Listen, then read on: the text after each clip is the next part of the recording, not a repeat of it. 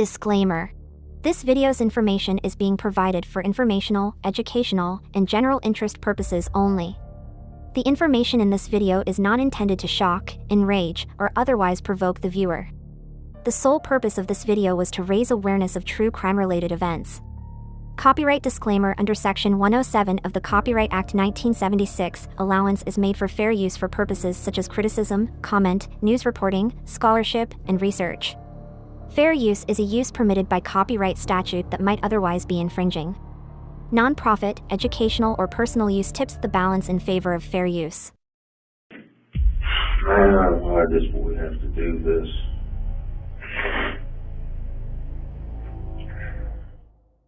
So at some point during the morning, Brittany goes upstairs and picks James up and brings him down the stairs. Do you remember that? No, sir.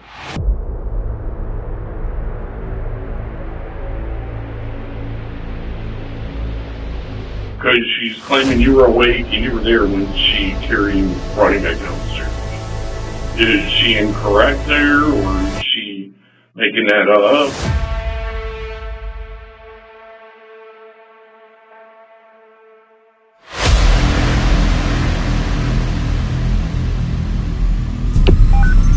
911, what's your emergency?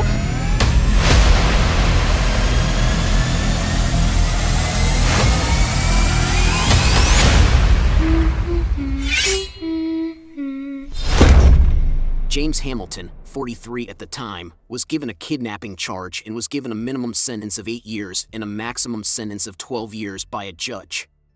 Hamilton was sentenced to 3 years in prison for endangering children and 1 year for gravely mistreating a corpse.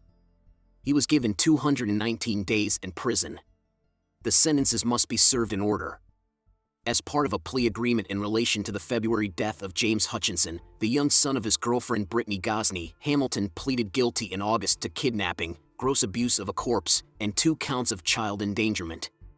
Gosney attempted to abandon Hutchinson and her other 2 children, ages 9 and 7, at Rush Run Wildlife Area in Preble County, which is northwest of Middletown. Hutchinson was killed in the attempt. According to reports, Hutchinson attempted to re-enter the car as Gosney was driving away but was dragged and run over instead. She informed the detectives that when she went back to check on Hutchinson, he had passed away. She then picked up his body and brought her other 2 kids back to her Middletown home. According to reports, Gosney accused Hamilton of pressuring her to give up her children. Hamilton, according to the police, was not present when Hutchinson was killed. On February 28th, Gosney and Hamilton took the boy's body and dumped it in the Ohio River close to Lawrenceburg, Indiana. Later that morning, they reported the boy missing. The whereabouts of Hutchinson's body remain unknown. Gosney, a 29-year-old Middletown resident, was given a life sentence last month. In 21 years, she will be eligible for parole.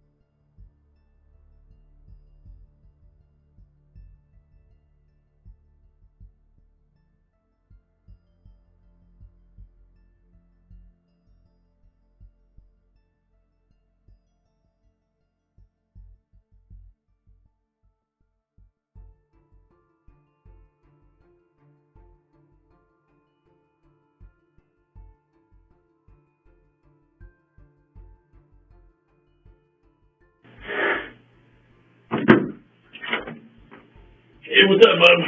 Hey, did they offer you coffee? You want coffee or anything, or you good? I'm so sick, I've been feeling dehydrated. Sure. That's best thing for me. Sure. Is that one still getting colder, or do you want some more? That's good.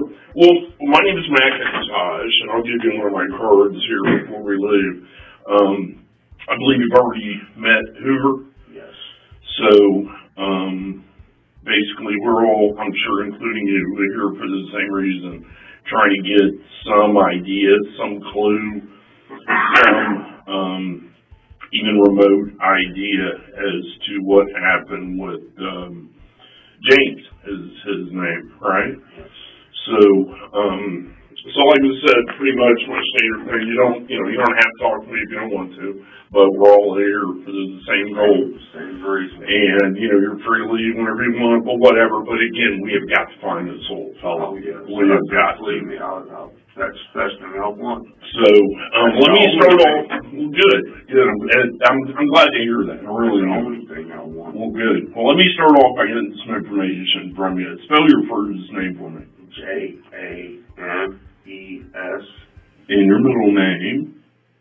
You gotta have the full name. I don't like using my full name. It's just for our record stuff. RUSSELL. Okay. Hamilton. HAMILTON. You don't like Russell? No. Okay, good enough. How old are you, Mr. Hamilton? 43. And what's your birthday? 12/21/78. And what's your social?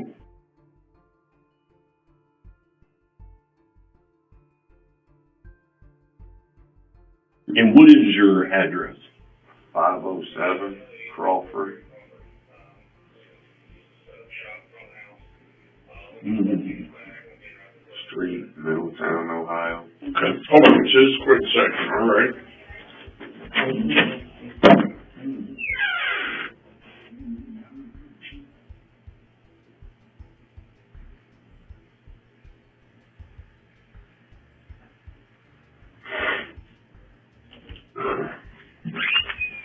Sorry about that. The fire department, big stand of radios over there blaring. I hate hearing them guys talk. All right. So, how long have you lived on Crawford? A month now. A month? Not even a full month yet. Okay. I'm going to be paying the first month's rent. I'm going to pay the first month's in deposit. I'm getting ready to pay the second month's rent. Okay.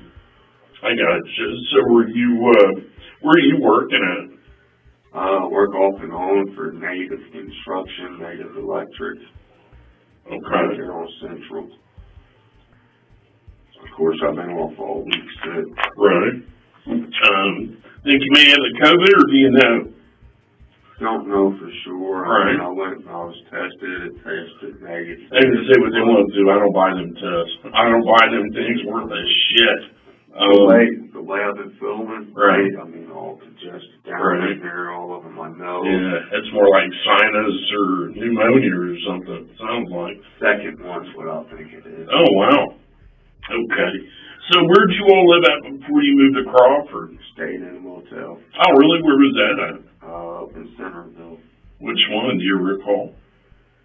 Not right off. It's one of them cheap ones. It was right up and behind Right Lobster. Okay. Oh, okay. Right there by Harbor Freight and all that? Yes, sir.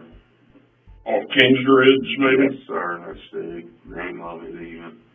And how long were you guys there? We was there probably 4 months, maybe 5 months. I mean, we stayed down at Nights Inn for a few weeks. In Franklin? Yes. Okay. And then there also was Motel 78 there right off the highway in Mason. We stayed there for, I don't know, about a month. Sure. That was the one in Mason's, the one we started at very first back. They either March or May of last year when me and her got together, and that's where we first started, was down there in that. So, what's her name again? Brittany. BRITTANY.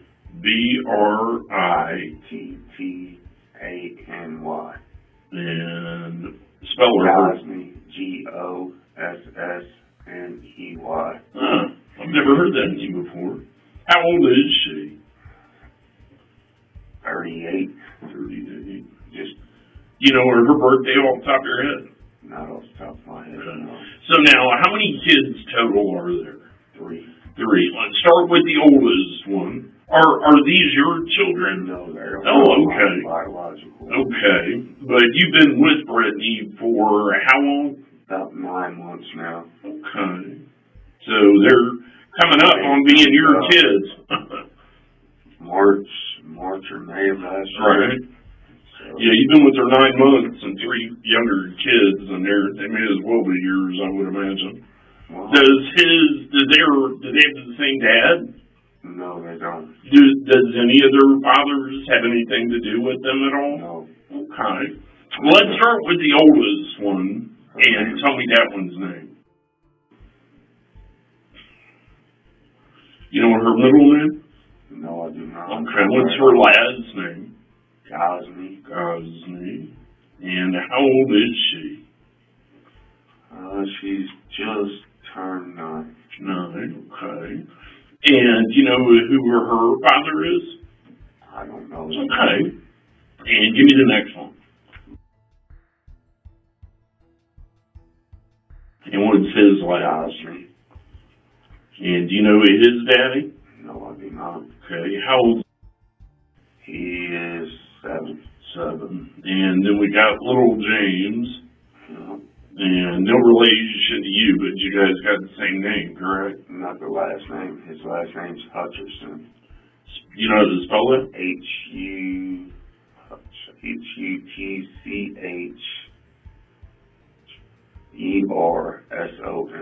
Hutcherson. Hutcherson. How old is he again? 6. And do you know who his father is? Not right off. Okay, very good. All their birth certificates say it's unknown for the father. Oh, okay.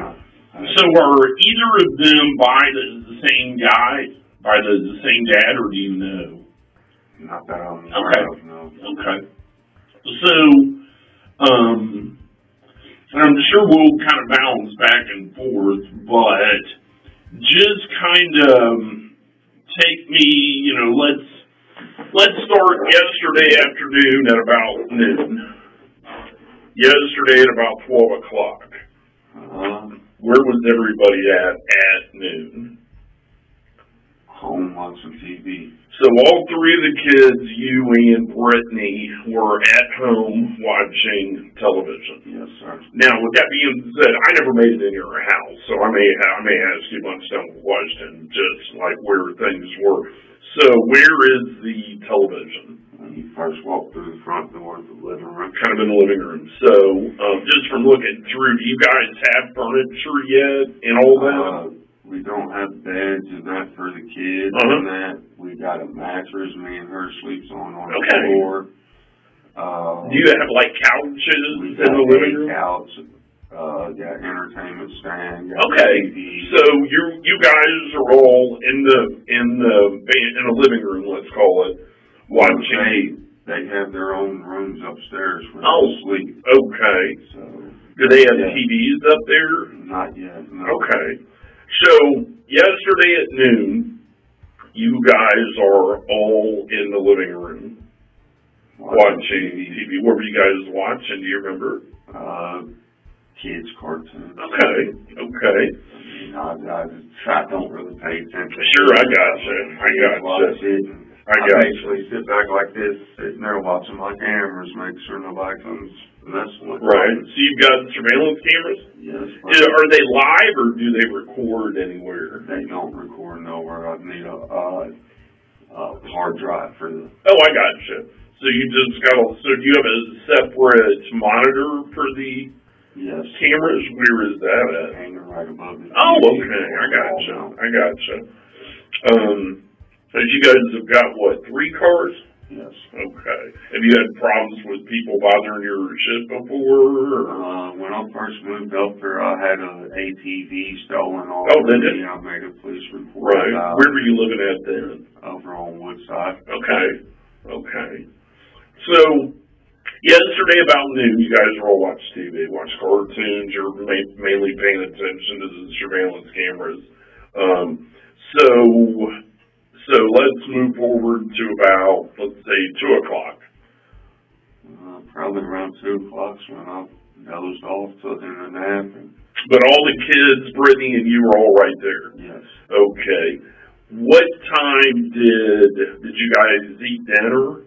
It was around 6:30, 7 Okay. o'clock. Did you guys go get something, or did Brittany or you make something? Brittany cooked. What did she make? She made pizza roast for the kids, and me and her just snacked on stuff. Okay. I mean, I ain't really having an appetite being sick. Oh, I believe it. Sick. I believe it. So that's about 6:30, you just said. So you guys, but everybody is still right around the living room. Yes. So what time did everybody kind of break and start going there? Because if your house is like mine, you can only stand each other for so long. 9 o'clock. We put the kids to bed. Okay. That's when they separated from me and Brittany. Uh-huh. And then about 10:30, me and Brittany went to bed. Okay. So are all of your bedrooms upstairs? No, sir. Me and Brittany, we took the front. I guess they would consider the dining room. Sure. Instead of making it a dining room. Oh, yeah. I figure I'll just get a small kitchen table. Yeah. Give the kids each one their own bedroom. Right. Yeah. So all the kids are upstairs in their own room. Yes. So you said they don't have beds, but they were on bed rolls. Yes. Like they're kids, they don't care. So I do. I mean, as soon as I get my income tax, I'm gonna be. and you've got a plan. I mean, and that's great. I mean, but I'm just saying the kids. I know my kids. They'd rather sleep on the floor, the couch, or whatever they were. I'd fall asleep just about anywhere when I was a kid. Sure. So tell me one more time. 9 o'clock. You said 9:30. 9 o'clock, the kids goes to bed. Okay. 10:30, me and Brittany finally fell asleep. Right. We went in our room and lay down. And you guys have a TV in there, or you just? I got a little small one right now. I only got one TV, so I got you. Sure. I mean, for the kids, small one. I figured it wasn't fair for me to put it up there in one room. Right. And they'd all be fighting, wouldn't it? Exactly. So this is about 10:30. You guys go to bed. 10:30, you go to bed. And did you go right to sleep, or did you guys stay up and talk, or read a book, or fool around, or? Well, she's on medication. It knocks her out. Okay. So she goes to sleep pretty quick after she takes her medicine. Right. What kind of meds does she take? I'm not too for sure. She got anxiety. Oh, yeah. Okay. Yeah, I know a lot of that will make you drowsy. Yeah. So 10:30, I'm assuming she takes her meds then before she goes to bed. About 9:30, quarter till 10. Okay. Right before we went to bed. Sure. And then we went So bed. you go to bed. So you all go to bed about 9:30. Kids. No, 9 o'clock. Kids. No, 9 o'clock. I keep saying that. Kids, and then it was 10:30. Me and her went to bed. 10 to 10:30. You went to bed. Make sure I don't have a clock. I mean. Sure. There's no clocks in there, nothing. Right. And it's a guess. The ex-wife that I'm getting ready to file a divorce. Right. With. She 90% of my stuff. I mean, she. Okay, I got you. Give me hardly nothing. Right. Well. She made the comment she was going to make me pay. And right. That was the only way she could make me pay. What's she claiming to make you pay for? I have no idea. Right. Even her. Sure. What's her name? Priscilla Farley. Okay. Is she local, or is she somewhere else? She's still living there on 1229 Woodside. Oh, wow. Okay. How long were you guys together? 17 years. Oh, wow. I got a step-kid by her that I raised there. Right. 18 years old. Right. That was 6 months old when we first got together. So, again, it may as well be yours. She is. Well, good. So after the kids go to bed, then you and Brittany go to bed about 10:30. Brittany goes to bed pretty quick, like. Yeah. And how long did it take you to go to bed, or did you just slowly? Normally we turn the TV off, so lay on me, cuddle up with Sure. her, give her a kiss, tell her love you, good Right. night, sweet dreams. So up 11:15, probably I fell asleep all the Okay. way. I mean, Okay. So, what's the next thing that you remember? I got up around 3:45. Okay. Went to use the restroom. Okay. I used the restroom. I went upstairs. Where is the bathroom? Is it downstairs or upstairs? Downstairs. Okay. When I got done using the bathroom, I went upstairs to check on the kids like I do just about every time I Sure. get up in the middle of the night. Sure. And I went through the rooms, noticed the boy, James, was gone. I went down. I got looking at the front door. It was locked. I looked at the back side door. It's unlocked. So both of them were locked? No, it was unlocked. Oh, unlocked. The back side door was unlocked. So does it face Roosevelt or does it face Central? The side door? It actually, I mean... If you're looking at the house, it's straight out the back to the alley? No, it is straight out the side door to 503 Crawford. Oh, okay. Okay. I gotcha. So is it standing open? Is it unlocked? No, it's just unlocked. Okay. What kind of lock does it have? Does it have like a deadbolt on it? lower? Yes. On the knob? Just regular. Like the knob? Okay. So, is there a screen door? No. So that door was unlocked, but it wasn't open. No. And was it locked when you guys went to bed, or do you have any idea? I make sure doors is locked every night. Okay. I mean, them kids, they're so scared somebody's going to come in there and Sure. get them. And Sure. Look, how are the doors is locked? Right. So, keep telling them, me and your mom sleeps right down here in the front room. They going to have to get me and her before they get you. Right. Or them come in. right.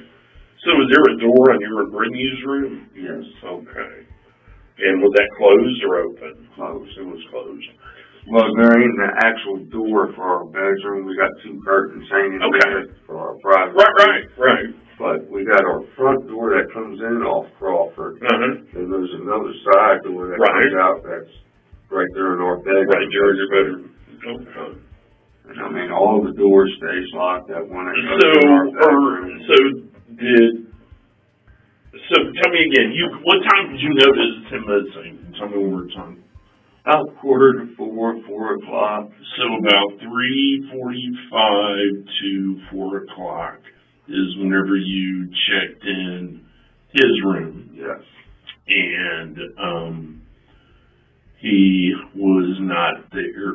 So what did you do when you looked in the door and saw that it wasn't there? Went downstairs checking the doors because he has took off one time before. Oh, I found him right out back on the basement steps. He was about halfway down. Mm-hmm. So I went in the bedroom. I slid my boots back on. You see I'm still in my night. Sure.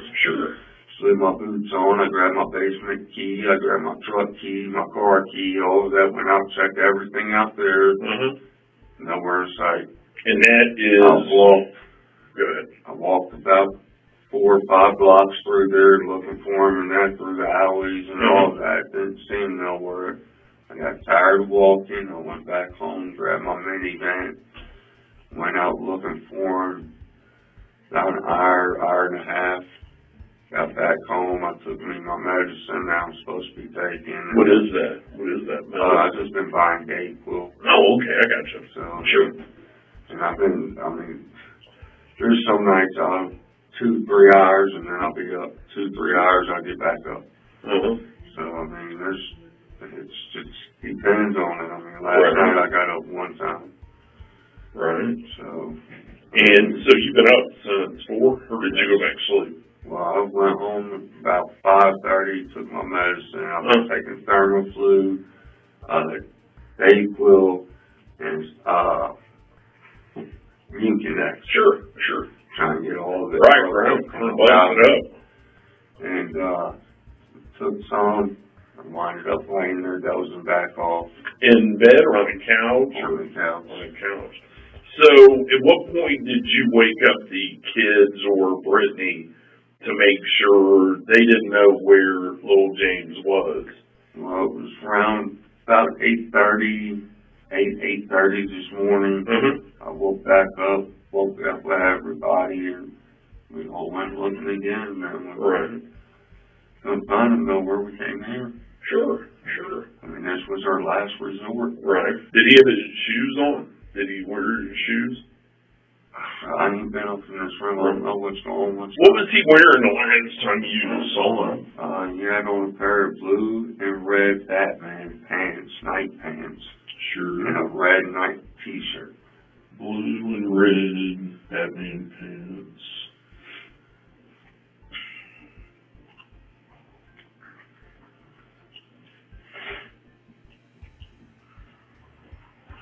And a what? A red t-shirt. And a red t-shirt. And that's what he was wearing when you saw him last. Yes. When he went upstairs to go to bed. Yes. Okay. Last time when he took off, he had his shoes on when I found him and his jacket. Does he have glasses? Yes.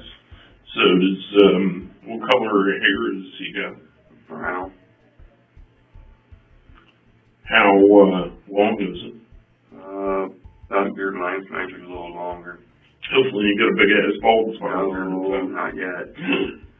Hopefully you don't wind up like that either. Right. Receding hairline. So,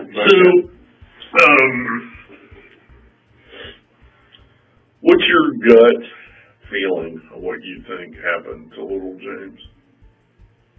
I don't know. I'm hoping he's somewhere there in the neighborhood hiding. Does he have any friends that he hangs out with? None I'm aware of. Does he have any of the parks that he likes to go to? Any parks. I mean, he's going to swing, anything will be on it. So, any kid. I've taken places, do things with them, but if they're bad, I don't reward their behavior. How do you guys normally discipline them whenever they do screw up? Make them stand in a corner. Okay. I mean, I'll try to refrain from whooping their blood or anything. So worried about 2-for-1 kids with their, I mean. Right. You ever been in trouble with them before? No, sir. I mean, well, my brother Lee called them on me one time. They came out. Was that over on Woodside? No, it was down in Cincinnati. Oh, okay. And they came out, investigated everything. He lied, said that I was burning my stepdaughter's hair. And burning her, she walked around with black eyes all the time. So they came out and investigated it all. I wasn't home at the time. Right. So I had to take off work one day. I was busy doing a side job. Right. The very next day I took off work, went downtown to where the building is. Went in, I discussed it with them, and that was the last we heard. We heard nothing else. I was looking at it. What's your phone number? 513. 513. 203. 203. 40. 4090. 90. So, does Brittany have a phone? Yes. What's her number, do you know? Good luck. It's programmed in my phone. I don't know. Yeah, okay. 79914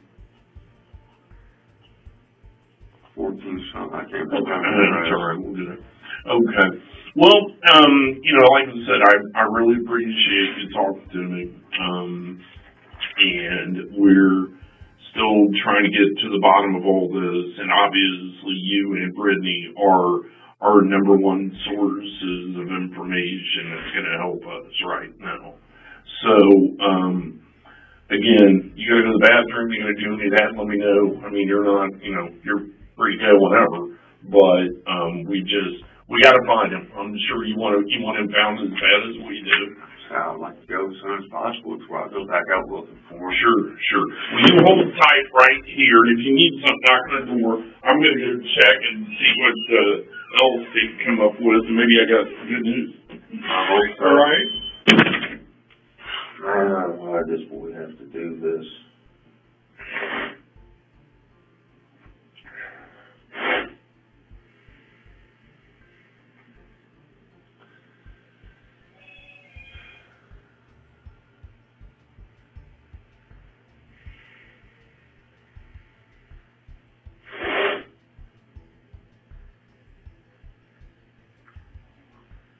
Plus the babysitter was only told a few minutes.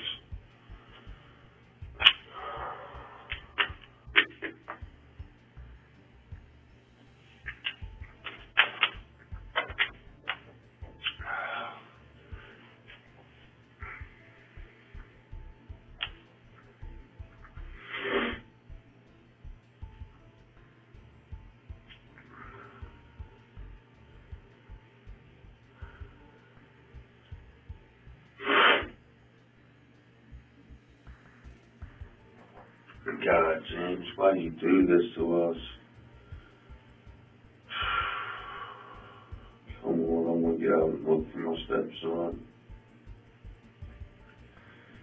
This ain't doing me no good here. And I'm gonna have to be out helping find him.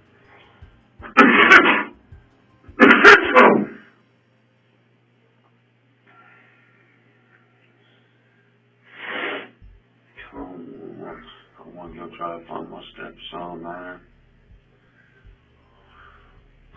God, please, let's find him.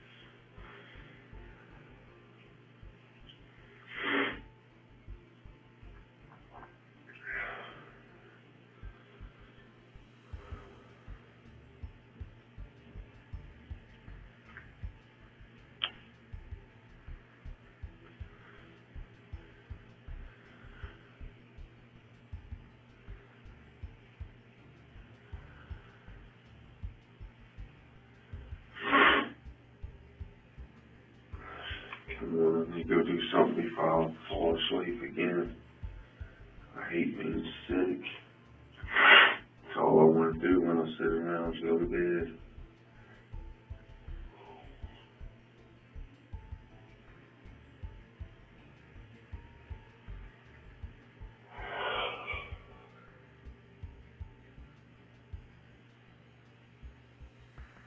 Ugh.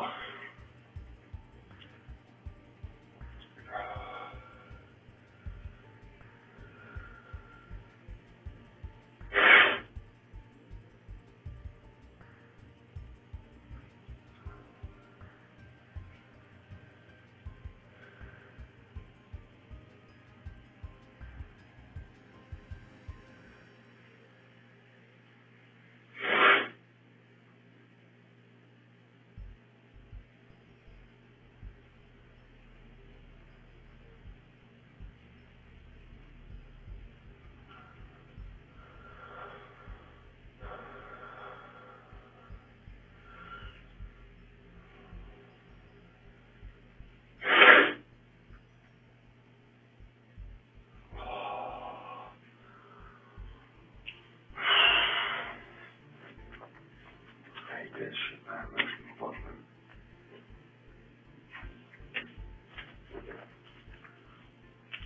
dry mouth. Like I can't get enough dreams.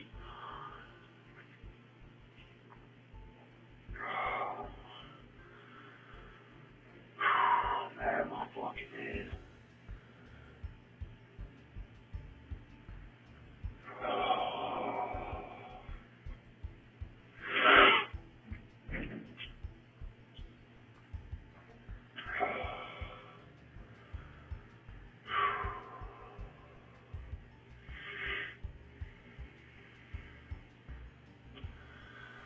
Man, James, why did you do this to us?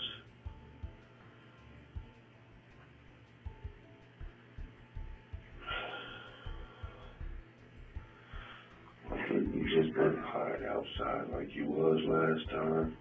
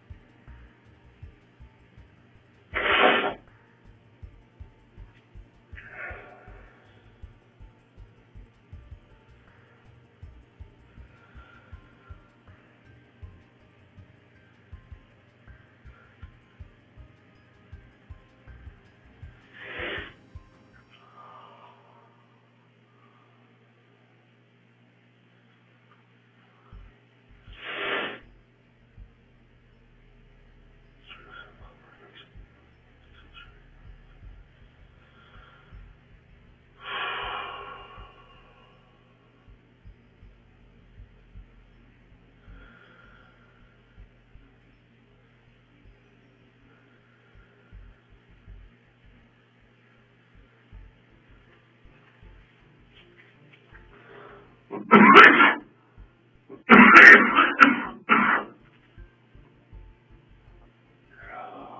should have make up cough drops.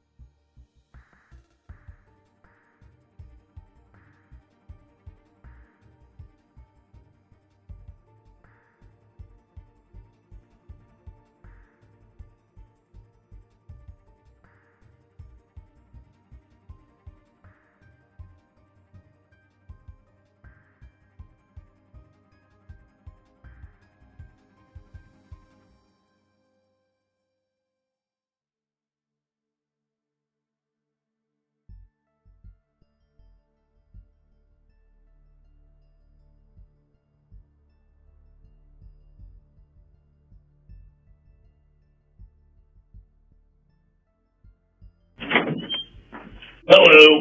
You want some more water? Yes. All right, hold on, I'll grab back.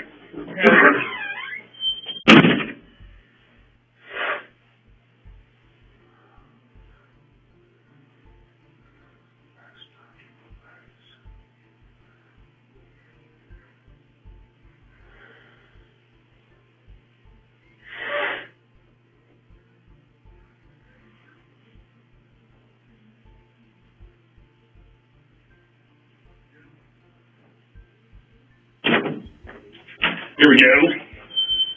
There you go. So, James,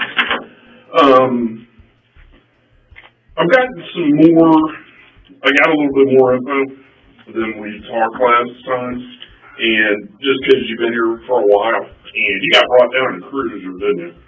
Okay. Well, we've got a little bit different rules and all that. And I gotta read you this just because we've been here for a little while. I'm coming up. This is actually our memorandum warnings. Have you ever had these read to you before? Yeah. Okay. It says, warning, I am a police officer. I warn you that you have the right to remain silent, and anything you say can and will be used in a court of law against you. And you have the right to consult with a lawyer before and during any questioning, and you have excuse me, and to have a lawyer present with you while you are being questioned. If you cannot afford a lawyer, one will be appointed for you free before any questioning will begin, and you may stop talking to me or any other police officer at any time during questioning. If you wouldn't mind, can you put the date? It is 2/28, and we'll make the time, let's make it 1:13. And if you would sign that I read that to you, and what time? 1:13? yes sir, 1:13 p.m. And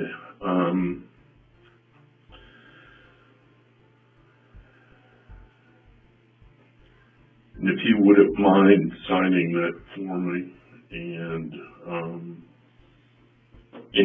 you read and write okay? Can you read that top paragraph for me, if you wouldn't care? I, James Hamilton, have been advised of all my rights as contained on this card, and I understand all of them, and I wish to talk to you without, no, see, sure I never read that before. Why is that? Depends on what kind of questioning. Oh, it's just... I mean, it's without a lawyer present. I mean, if you're sitting there trying to question me as a suspect or something like that, then... No, well, you've been here a little while, and you said whenever we walked in the door that we all want the same thing, and that's just fine, little James. I basically don't... I've got other officers out doing a bunch of stuff. I've got other officers that are out checking vacant buildings. They're out pulling videos from surveillance cameras that are in the neighborhood around there, and it's kind of like, I really don't have anything else to do right now other than to go back, kind of retrace steps, go over things again. I'm starting to get hungry. I like to go home. I mean, I like to take my kids and my fiance home. Sure. Well, with that being said, your fiance, I'll answer any questions you want me to. Do what, sir? I'll answer any questions you want me to. Well, as of right now, I gave you as much information as I know. Well, not necessarily, because Brittany's kind of told a little bit different version. And I would say a little bit just because that's just being conservative. She's told a little bit of a different version of kind of the events leading up to what has occurred. Like I said, you said whenever you first discovered that he was missing, you went out and walked the neighborhood, and we found, which door did you go out of? I went out the side. Did you go to the alley or did you go to Crawford? I went over the alley and then down through looking for him. Mm-hmm. I mean, like I said, he was on the back steps that first time. Uh-huh. That was my first thing. The back steps, like... Going down to the basement door. Okay. And were those doors open? No, they're not. They're padlocked shut. Mm-hmm. But now they are, or they were then? They were then, too. He was just sitting there on the steps about halfway down. Oh, whoa. It goes down, then they're padlocked. Yeah, I got you. Outside. Yeah, I got you. So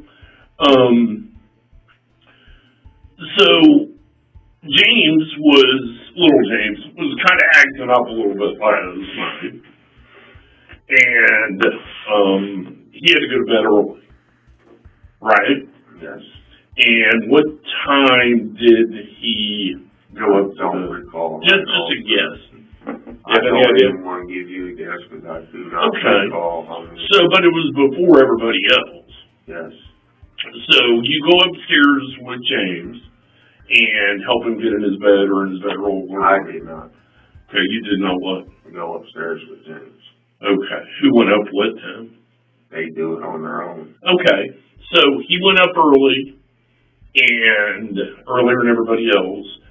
So aside from a time, let's say, not a specific time, but did he go up a half an hour early? Did he go up an hour early? I'm not too for sure, sir. Okay. I mean, I'm not going to sit there and tell you one thing. No. 20 minutes from now, it'd be something else. And no, and you see, and like I said, I'm talking to you now because I've got more information, and I've read your rights mostly because you've been here for a little while, and I don't know if you were maybe just tired, you were confused. You told me that you've been taking medication, but some of the kind of big details are different than what Brittany has explained to me, and as well as the other two kids, it's a little bit different than what we initially. That's why. Whenever something happens, I always tell people there's three sides to every story. What this guy says, and what really happened. Just because, it's just the nature of the beast. yes, sir. Everybody doesn't see something the same. Everybody doesn't view something the same. Everybody doesn't remember something the same. But that's why I'm trying to talk to you again. I'm not trying to trip you up. I'm not trying to do any of that. I'm just trying to make sure we didn't miss something. My main concern is finding James, sir. Sure. That's my main concern right now. Sure. That's all I got on my mind is where's my stepson, Then help me help you guys find James. That's why we're here. I gave you all the information I know. Okay. So at some point during the morning, Brittany goes upstairs and picks James up and brings him down the stairs. Do you remember that? No, sir. Okay. Because she's claiming you were awake and you were there when she brought him back down the stairs. Is she incorrect there, or is she making that up, or could that have happened? And it could have. I mean, I remember. Like I said, I'd sit there and I'd doze off. Sure. I was just sitting right here going to sleep. Sure. So do you remember sometime after all the kids went upstairs and they were asleep or went to bed, because God knows they may lay there for an hour, but sometime after that, Brittany goes upstairs and gets little James and carries him back down the stairs? Not that I recall, sir. Not that you recall? Okay. Because Brittany's saying that you were awake when she brought him back downstairs and you guys talked briefly.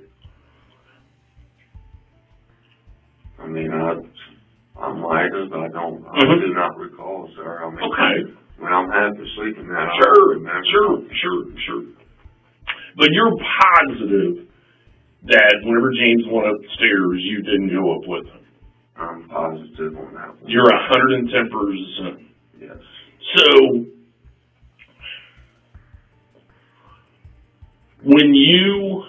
alright, scratch that. Can I ask what's being said about that? About what? Me going upstairs with James. Brittany and both kids are saying that you walked upstairs with James. Okay, let me scratch that. They're both saying you guys walked upstairs together. Now, whether you were walking up to do something else, because the bathroom's downstairs, right? Yes. Whether you were walking up to make sure the windows were closed, whether you were walking up just to make a sweep, make sure all the lights are out. I'm not going to say you went up together like hand in hand. I'm saying you guys went up about the same time. Could have happened. I do go through making sure the kids turn the lights. Sure. So when you were up there, was James, did he go straight to bed, or was he in his room? Was he in room? As far as I know, he was supposed to be in his room going to bed. But you didn't see him in there. I can't recall recall seeing him at all. So tell me one more time. And I do recall going up, turning the lights off because the hall light was on and Sure. the front room light was on. And was that with little James? He might have came up right behind me. Well, but he got sent up because he was pestering you guys and being a pain in the ass. Everybody has agreed on that. Everybody has totally agreed that little James was being a pain in the ass and that he went up to bed. He got put to bed early. He was pissed. He didn't want to go to bed, which, I get it. But he was being an ass, so you guys sent him to bed. And you went up and again, either with him, shortly behind him, shortly in front of him. You and James were upstairs about the same time. Could have been, yes. I mean, I don't recall seeing him up there with me when I went and turned Sure. the lights off. Sure. When you went up, was he still downstairs or had he already been up? I don't recall right off, sir. I really don't. Okay. So you go up, you make a sweep, and one more time, they've all got their own bedrooms. Yes. And it was your understanding that little James was in his room. Yes. Okay. So, because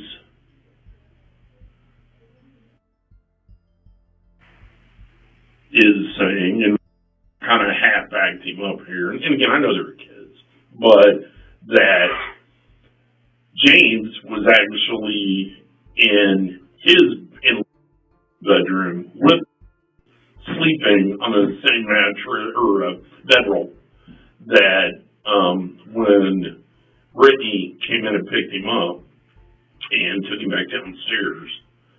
And as for Brittany is saying that you were awake when she brought him back downstairs. Well, when James went upstairs, It was 9 o'clock, their bedtime. Okay. But normally by then I'm done sitting there dozing Sure, on the sure, couch and that, sure. getting ready for bed myself. I mean, Sure. I get up between 4 and 5 o'clock every morning and get ready for work. Sure. I mean, weekends is the only days I got off. This morning, like after I came back from looking from him around 5:30, I laid back down, fell back to sleep. So when you got up about, you said, let's say about 4 o'clock, when you first noticed James was not in his bed, correct? Correct. And did you check all the other kids' beds? I didn't actually check. I just looked through the door. Sure, and made sure that James wasn't in there. Yeah. And then at that point, did you say anything to Brittany? Yes, I woke her up, told her that I was going out to look for him, and I'd be back. Okay. Apparently she laid there and dozed back to sleep. Sure. So there's the house. So you're saying you went outside door. Yes. And you went to the alley. Yes. So there's the alley. And there's the downstairs stairs, right? In the back somewhere. So you go out this way. And which way down the alley did you go? I went to the right. So you came down and went down the alley that way. Left. Oh, you're right. My bad. So you went up and you went towards the tunnels. Yes. So then I got so far up there, there's another alley cuts this way. I went down it because there's garage and all of that right in there. I didn't know if it was unlocked, open. Sure. Went looking, went on down, Right. out the next alley. Down. Did you have your phone on you? Yes. So which one of those phones is yours? 203-4090. What does that look like? Motorola E6. Me and her have the same phone. Oh, okay. What kind of case does your... But she's using her new one, and I'm using... I got two phones also, just like Brittany does. And that's the main number I use, that number. And what kind of case is on that? Just a phone case. Is it black? Is it pink? Black. It's black, okay. Has it got a button on the back? Yeah, mine does with the magnet. Gotcha.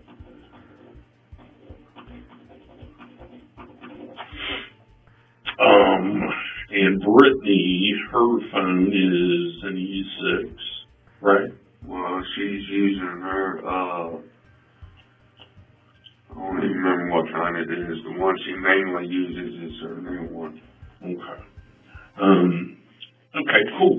LG something. Right. I don't remember right off. So you went out, you go down, and you hit that street. That's going to be Sherman. Mm-mm. The next one. Sherman's on the other side. On the left Sherman's side. goes towards the left. Wayne. Yes, Wayne. So you go over, you hit, do you cross Wayne and stay in the alley? Or you went to the first alley?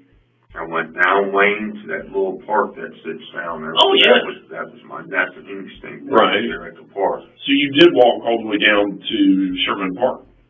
Is that what that's considered? Yeah. I think that's basketball goal. Yeah, because it the goes all alley. the way through. It's kind of hilly a little bit. Yeah. Yeah, it's Sherman Park. So you walked to Sherman Park, and did you walk through the park, or did you look around and just go straight back? Walked through the park, looking around, went back up Sherman, walked through a couple alleys over that way, and then I came back to the house, got in the van, went looking for him. Okay. And so did you have your phone on you the whole time? Yes, but I don't keep my location on. Oh, okay. Why don't you keep it on? Just don't like to. Okay. Do you Battery dead. do you have a Google account? Yes. What is it? Do you know what it is off the top of your head? All lowercase letters. JAWS. JAWS 937 937 @gmail.com. Okay. And that is attached to that phone. Yes. Very good, very good. Because that still works even though your location ain't on. That way I can just say, yeah, you did go out and walk around and look for them and all that stuff. No big deal. So you were out looking for how long were you on foot? Looking for? Probably 25, 30 minutes. 25, 30 minutes. So then you go back. Did you go back in a house or did you just go back and grab your Just went back and grabbed van the and then van. take off? Okay. So where all did you drive then? I don't really know all the names of the streets. Sure, but just right around the I neighborhood? made it all the way from Braille over to almost Titus, driving up and down streets. So you drove all the way out to Brill? Pretty much, yeah. Wow. Okay. You know, I was looking all over for them. Sure. I went down, as far as I went was to Grand, I believe it is, right there. Mm-hmm. As far as I went down. Did you make it over to Roosevelt, look around the tunnels and the woods and all that? So did you cross the tracks at all? No, I have not. So while you were looking, you went all east. I went all over by our house. Right, but you went all east. So at no point during that time frame were your Google ain't going to show that you were west of the tracks. No. You never went across tracks. So very good, very good.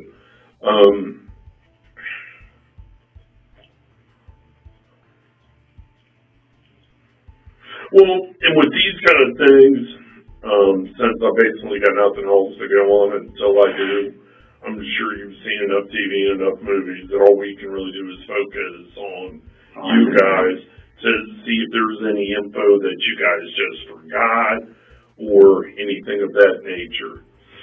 So, so you can honestly looking for my stepson. Right. I mean, literally, that's all I want. So you can honestly say that no way do you remember Brittany coming down with little James at some point. No.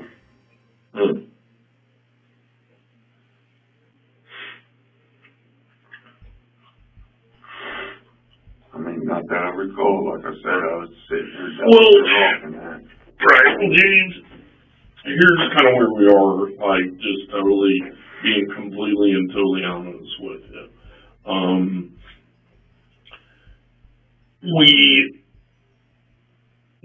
Well, you've been in trouble before. You've got a prior, you've got DV issues, you've had an abduction issue.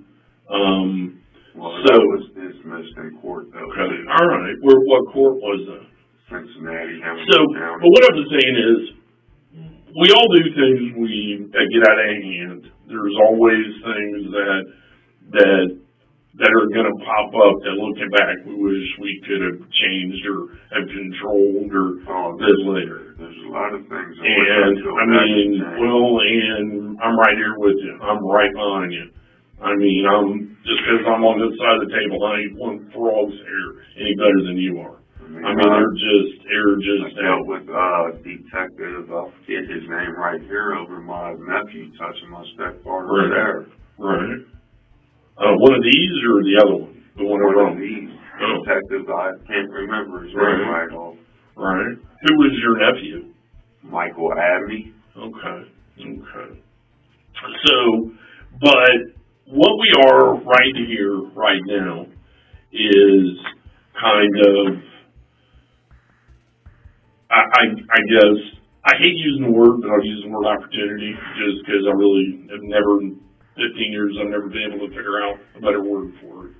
But it's kind of an opportunity for people that I talk to, if there's more to the story, if there's more information, if there's details. Leave me your card, I'll call you. If there's anything else. Right. I'm very cooperative. Sure. I ain't never once lied about nothing I did or nothing. Right. I own up to everything I've done. So would you take a polygraph test? Yes, sir. Okay. And would you give me permission to check your phone and your email to I prefer not. There's pictures and that's in there that I don't want nobody seeing. That's in my Gmail account. Okay. Of adult? My fiance. No, Brittany. Yeah. Oh, well, yeah, that's fine. That's no big deal. Well, I still prefer not. Okay. For that reason. So I can look at everything but pictures. I don't really mind, though. Okay.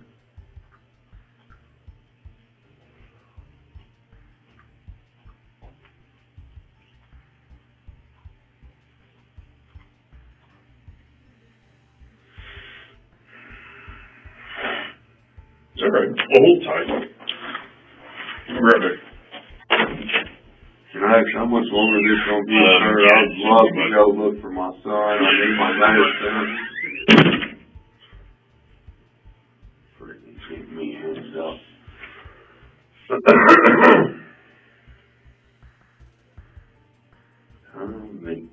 McKinnon-Tush.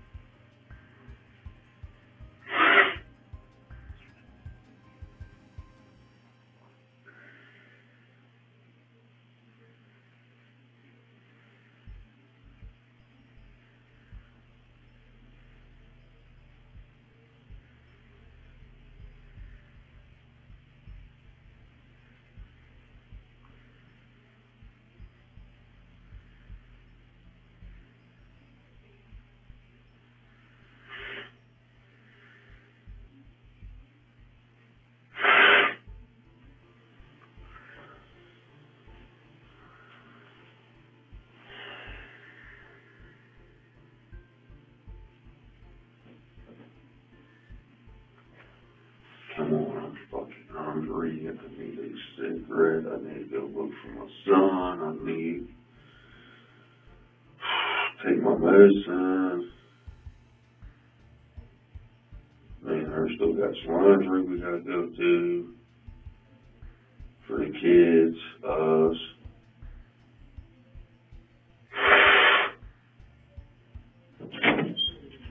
You alright? Did you try to open the door? No, ma'am, I didn't. Okay, alright.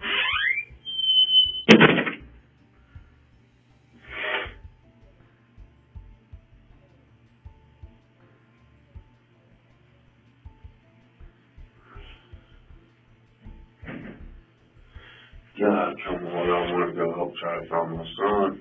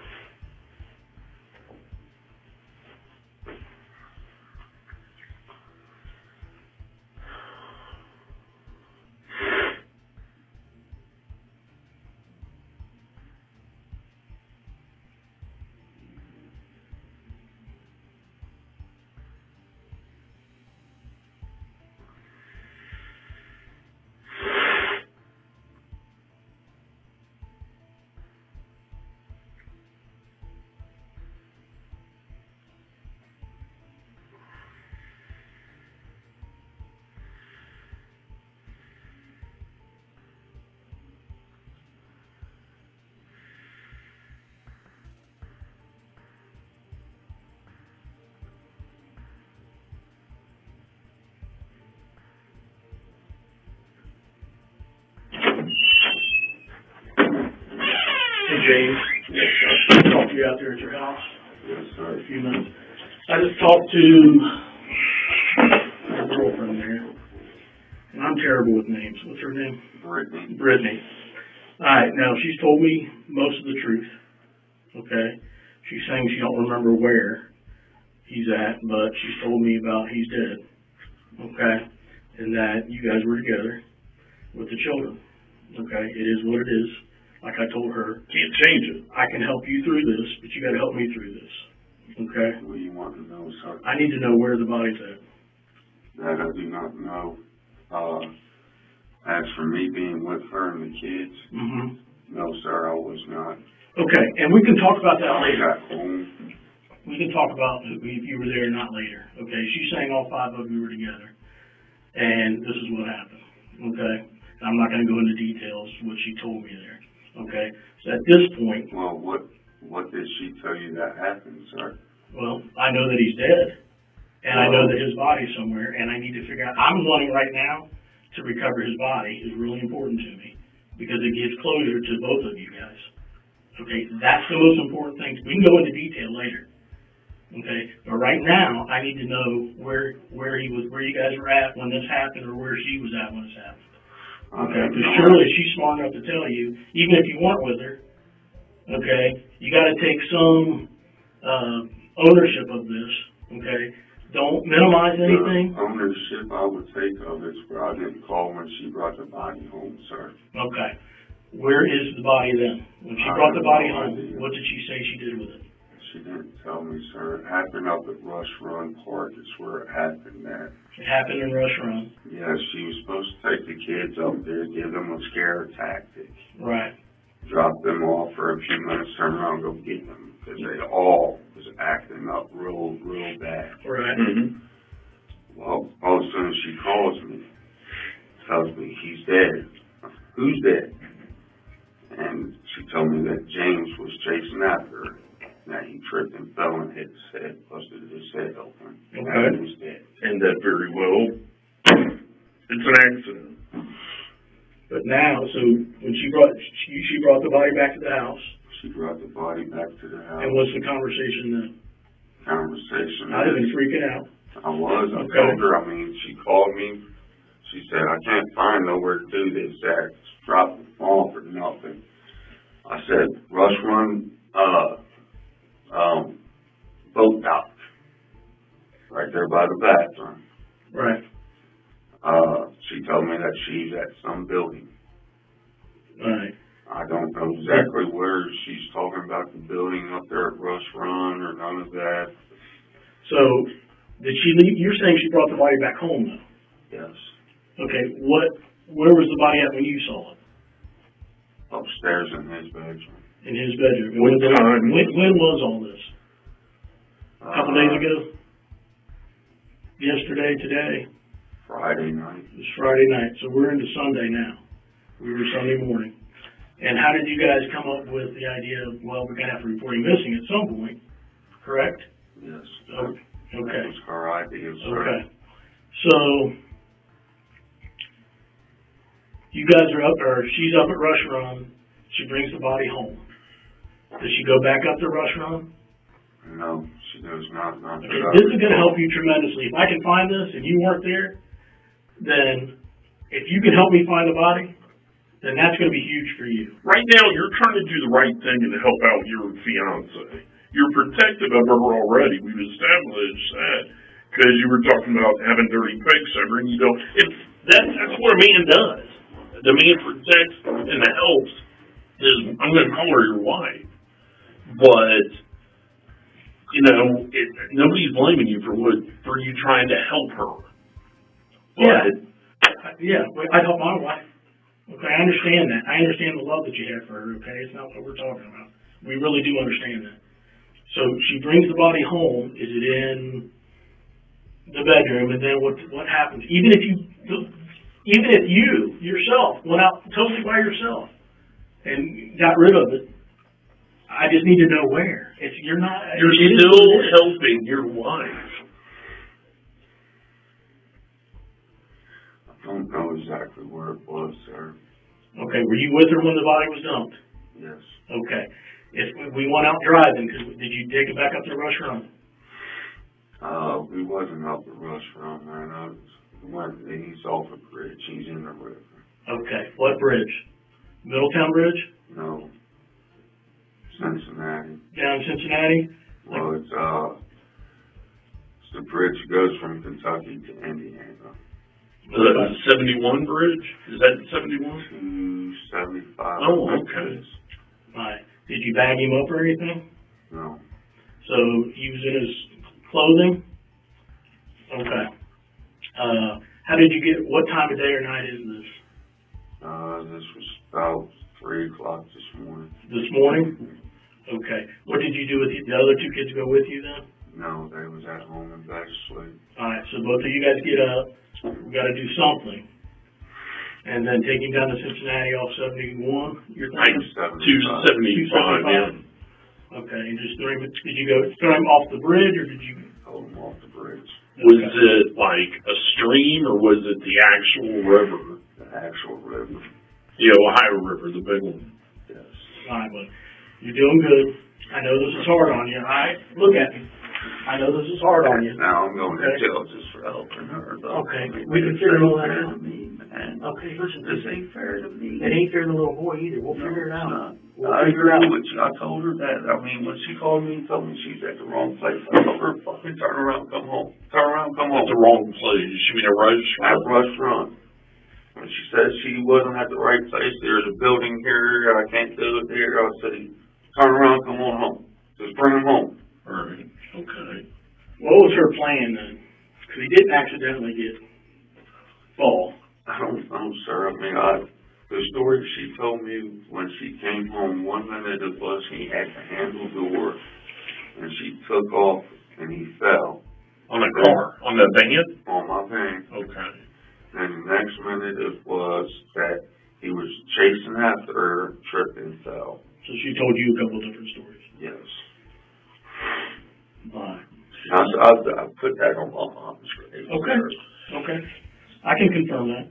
So when exactly was the first time she called you and said, basically, hey, something's wrong with him?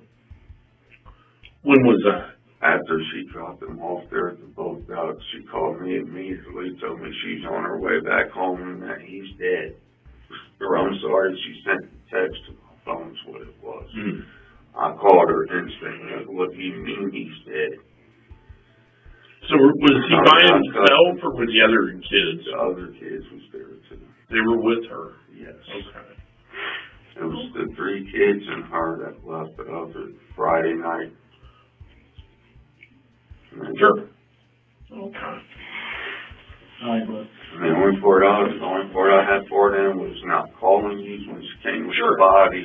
Well, and part of this too, you may need to hop in a car with me and him, and you're going to show us where this happened at, where he went in the. Either way, we have to recover. Yeah, we're going to have to recover. So, all right, we'll just hold tight.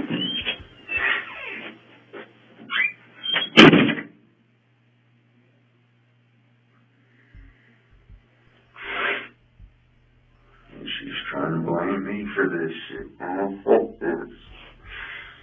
God damn what she get me involved with.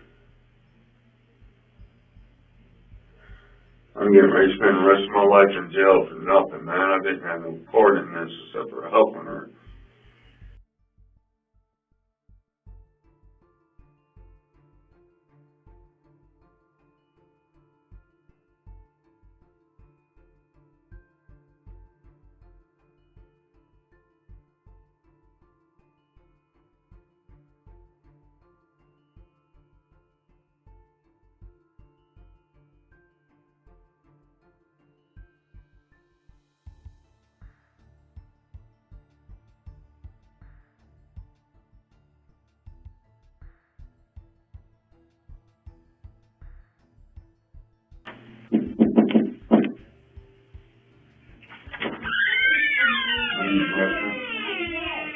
Reference, give me 1 second, I'll take your thing, alright?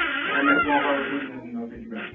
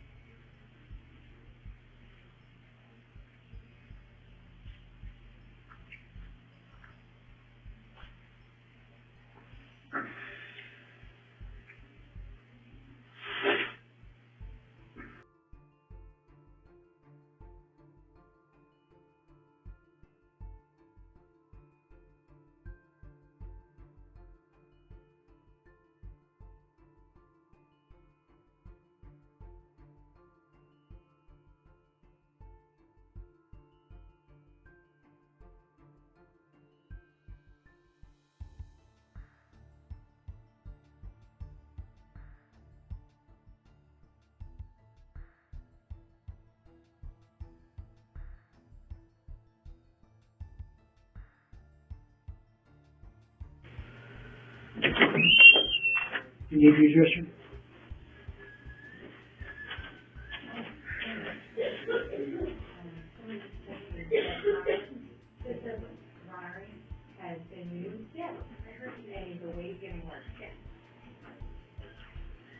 She's still on the vent.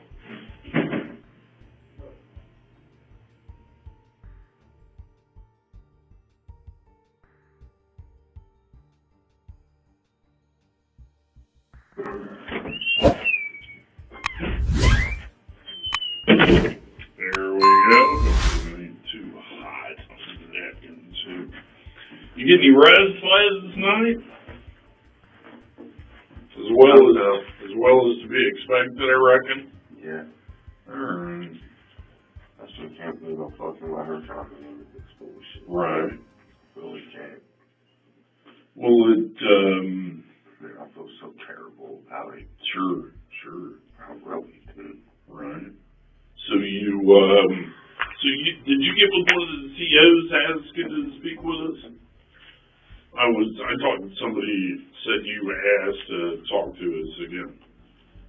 Last month. Okay. One guy, he was there and he told me that he was going to be pulling me out. Okay, very good. Since you're in here, I got a different day. I got to read these to you again. Same thing as before. I'm going to go ahead and read through it all though for you. It says, warning, I'm a police officer and warn you that you have the right to remain silent, that anything you say can and will be used in a court of law against you, that you have the right to consult with a lawyer before and during any questioning, and to have a lawyer present with you while you are being questioned.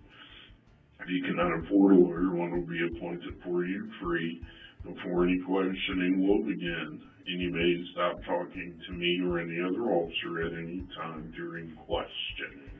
Do you understand all these rights? Yes. Go ahead and make it 3-1. Can't believe it's March already. 3-1 of 21. And make it 0752. Oops, I wrote that wrong to the spot. That's all right. 0752 AM. And then if you sign that top line and read that paragraph to me, that'd be great. James Hamilton has been advised of all my rights as contained on this card, and I understand all of them, and I wish to talk to you without having a lawyer present. So kind of where we are right now is we talked for a while yesterday, and I'm sure you were kind of jacked up and excited, which is totally understandable. I think you were mostly honest with us yesterday. I was 100% honest with you. So, where we're at right now is Brittany has given a lot of information that makes sense. We've been able to corroborate some of it.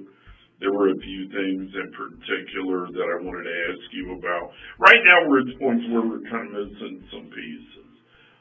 You've already kind of explained a lot of your involvement, so the missing pieces are quasi-irrelevant. They're not super important, but I need these pieces just to tie everything together. Does that make sense? Yes.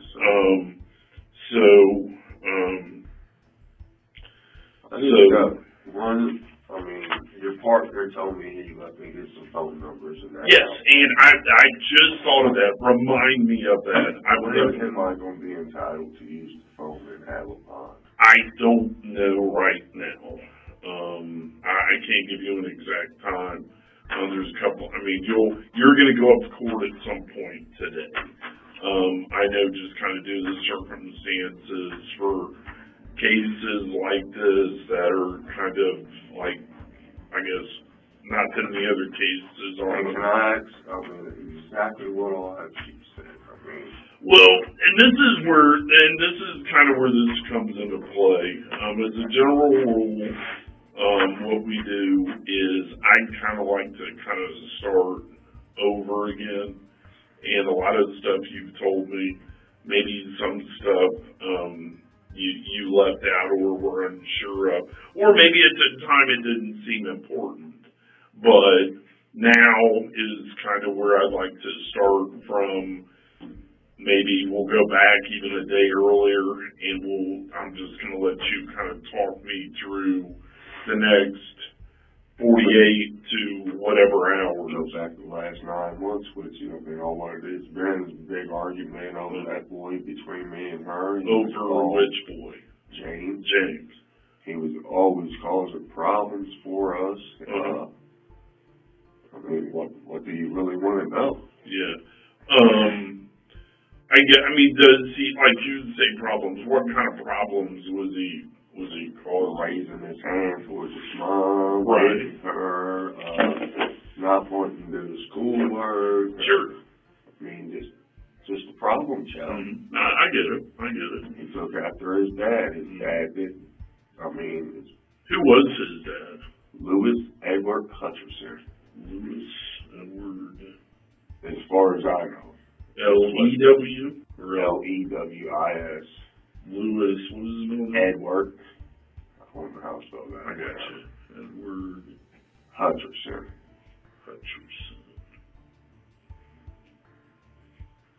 Did she even tell you his name?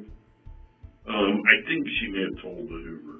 It was really kind of irrelevant, but I got it anyway. So let's go. He was living up in Piqua, Ohio. Oh, okay. So let's start. I think the last time we talked, we started Friday at like noon. Let's go back to Thursday at noon. Okay, let me ask you this. So what days of the week do the kids go to school?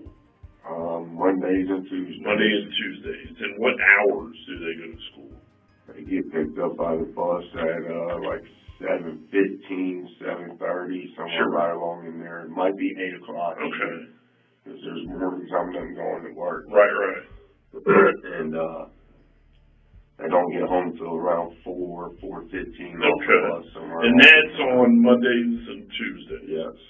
So did all of them go to school on Monday? Or I'm sorry, on Tuesday? Yes. And they all went to school on Monday? Yes. Okay, so they all go... The homeschooling part where he gets her the problem. Okay, because they do a homeschooling when? Wednesday and Thursday, and then Friday's supposed to be a video conference. Yeah, right. So for a homeschooling, do they use a tablet, or what do they use? The school sent a computer home with each one of them. Oh, okay. Where do they keep those at? In the house? Sitting right downstairs in the living room. Okay. She wouldn't allow them to take them up to the room. They done broke 2 of them, and James broke 1. Mm-hmm. No, I'm sorry. Broke 2 or broke 1. Okay. So they all 3 get off the bus on Tuesday afternoon, about 4 or 5-ish, right around there. And so did anything out of the sorts with anybody, either of the kids, happen Tuesday night? So we're into Wednesdays. Did any of them get in trouble? Any of them fight with each other? Any of them fall down the stairs? Pretty much in trouble, sir. Right. They always was lying to us. Mm-hmm. About what? Everything. We asked them one little simple question, and no, I didn't do that, and we know they did. Mm-hmm. And they just, everything. Okay. Kind of all 3 of them a continual behavioral problem. Yes. I gotcha. Are any of them on any type of medication, or they all, 2 years ago, they lived down in Kentucky. Mm-hmm. Louis Hutcherson, Brittany Gosney, and the 3 kids. Mm-hmm. All lived down in Kentucky. What part? I want to say Lewisburg. Oh, okay. I think. Okay. From what I recall. Lexington. Lexington, okay. So they all lived in Lexington. He calls her sister, Priscilla Farley, my soon-to-be ex-wife, needing a place to stay. after they investigated 2 foreign kids, and they're scared 2 foreign kids going to come take their kids and all of this. And it's just 3 kids. Yes. He doesn't have any kids by anybody else. No. Okay. Well, me and him, he lived with me before up here at 505 Crawford, first floor is where we lived at the first time. Right.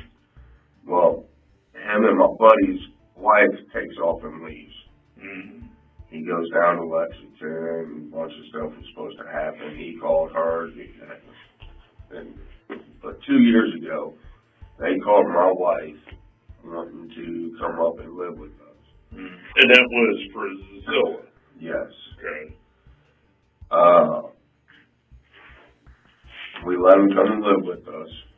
Me and my wife was arguing and fighting and all of that a lot constantly, like I told you before. I was on the process of leaving her and that. Sure.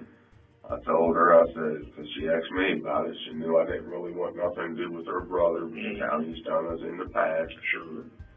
I told her, I said, I don't care, it's up to you, I'm on my way out the door. I mean, she knew I was getting ready to be leaving. Right.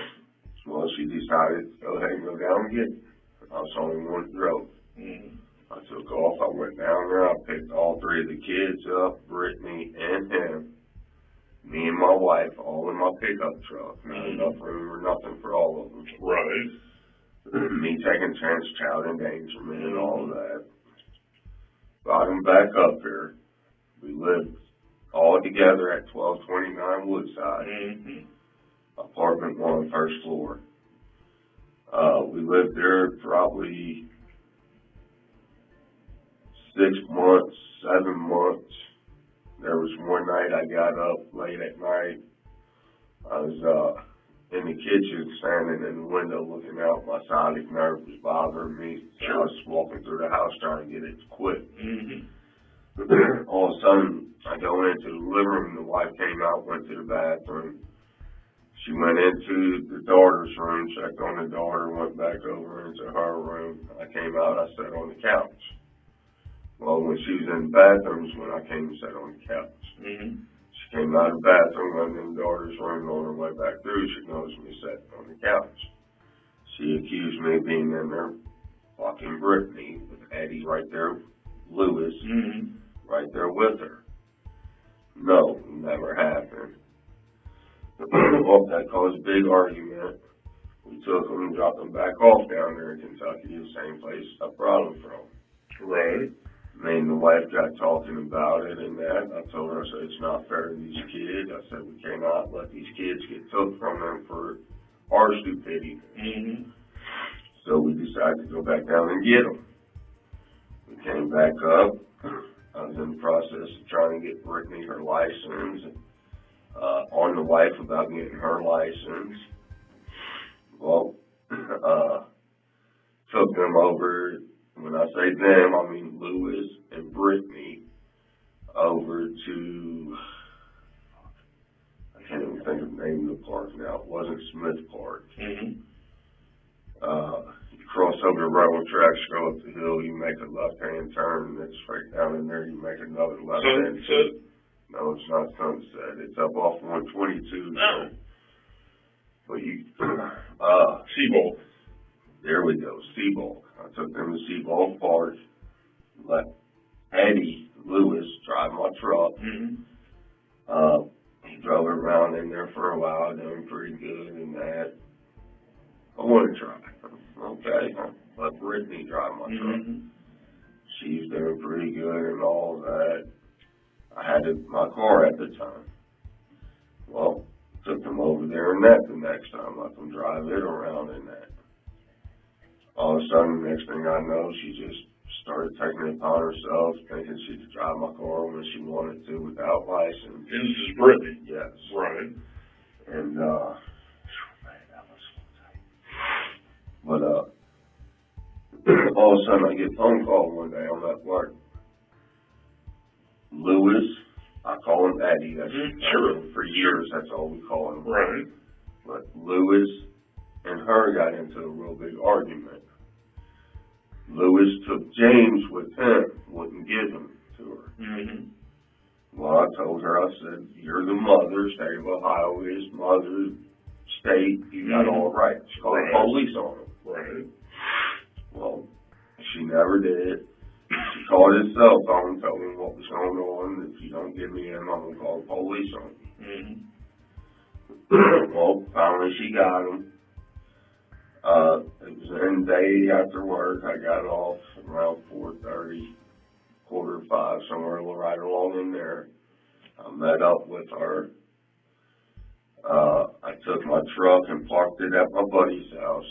We drove around in the car for a while. I asked her what she wanted to do. She was cooling off, going back to the house. And what? She said no, she did not want to go back there. Right. Well, me kind of hard like I am. Didn't want to see them kids or nothing on the street. Right. I went in, rented a motel. And that's whenever you guys really started being together? We was in the motel room for about 3 days, 4 days. Everything fine. The kids, no problem, no nothing. She started having feelings for me. I mean, according to my wife and her ex-old man, they all was saying that she was telling them that I was too old for her. I mean, ever since my wife told me that, I fucked her that time. Sure. I said, all what you're causing is making me want to now. And she just kept it up. Well, you fucked her. You fucked her. Well, I finally came out in the whole house. I told her old man, told her to her face. And even my wife. I said, well, now I want to fuck her. And me and her stayed in the motel about 3 nights before me and her did anything. Nobody believes me on that. I mean, I'll take it like I believe it. I believe it. And that's how it really led to me. That's how you and Brittany got together? Yes. Okay. So, but at what point did the kids start really being an issue? Because you guys have been together, what, how long? Altogether that about? Was either March or May of last year. I can't really remember. Right. So you've been together for almost a year. Almost a year. Okay. Yes. So, at what point did the kids really start being an issue? Well, I mean, 1 minute they'd be an issue. We punish them, put them in a corner. I mean, we try to mash things with these kids, make them canned goods in their hands, tippy toes, fingertips on the walls. Nothing was working with them. Nothing at all. Me and her started getting into it real hot and heavy over it. I told her, I said, I can't be putting up with this. I said, I just left this same relationship because of the same issues. Sure. I mean, my stepdaughter, towards the end, she started acting up real bad towards me, telling me, oh, I hate you, I don't want you. How old was she? 16. And that was... I'm sorry, 7. And that was Priscilla's daughter? Yes, the one I raised. The one you raised. 6 months old. So, how long into your relationship with Brittany did the kids really start becoming, let's say, borderline unbearable? About 2 months ago. About 2 months ago. Yes. And then I kept arguing with her. That's when everything really started jumping I kept telling her, I said, either you need to find somewhere to go with you and your disrespectful kids. Right. Or I'm leaving. Well, I guess she got tired that night when me and her got into it. She went up there, took them, kept telling me she's going to take them and drop them off. Well, I said, I don't care what you do. Sure. I said, I ain't got no part in it. Right. I said, you go ahead and take my bed, do whatever you want with them. Sure. I mean, I wasn't refusing her a vehicle to where she could take them to her sisters or moms. I mean, something. And, next thing I know, I'll get that text from her. And what did the text say? On my way back, he's dead. I mean, she told me she was taking them up to Rush Run and dropping them off. Me and her done it twice before as a scare tactic. Had taken them up to Rush Run? We dropped them off right there by the bathroom. I drive out by the exit there, turn around right back in. Right. Well, They learn something, they be alright for 2-3 days and then act right back up. How long would you guys normally leave them there? Just long enough to drive right out to the road, turn around, right back So in. maybe 10 minutes, maybe. Not even that, 3 minutes. 3 minutes, okay. So, when she left with them, it was your understanding that she was not bringing them back. She was going to drop them off somewhere. I didn't know exactly where she was dropping them off. She said that she was taking them to the restaurant. Mm-hmm. But she told you that when she left. Yes. Okay. I thought she was just going to, like I said, we did a couple other times, turn around and pick them up. Mm-hmm. Well, she called me. I'm at the wrong place. I can't find the place. So then I said, just turn your ass around, come the fuck back home. Mm-hmm. And this is text? No, this is phone call. Phone calls, okay. Because she called me saying she was at that building at the wrong place. Okay. Whereas the only place I've ever been was Rome right there at the lake. There's a couple of different areas over there. Well, there's also another place across the way I've been, but I ain't never seen no buildings. Sure. So I had no idea where she was. So, but you then gave her directions, I guess. I told her that, Rush Run boat dock. Mm-hmm. It's the only thing I said. Sure. Then, that's after her insisting, I'm dropping them off somewhere. Fuck these women, I'm dropping them off somewhere. Mm-hmm. Well, she kept that up with me. I told her twice. I said, turn your ass around and just bring them the fuck on home. Mm-hmm. Well, next thing I know, I get that text. On my way home, he's dead. Mm-hmm. Call her. The fuck you mean he's dead? Right. Turn your ass around and go get him. Mm-hmm.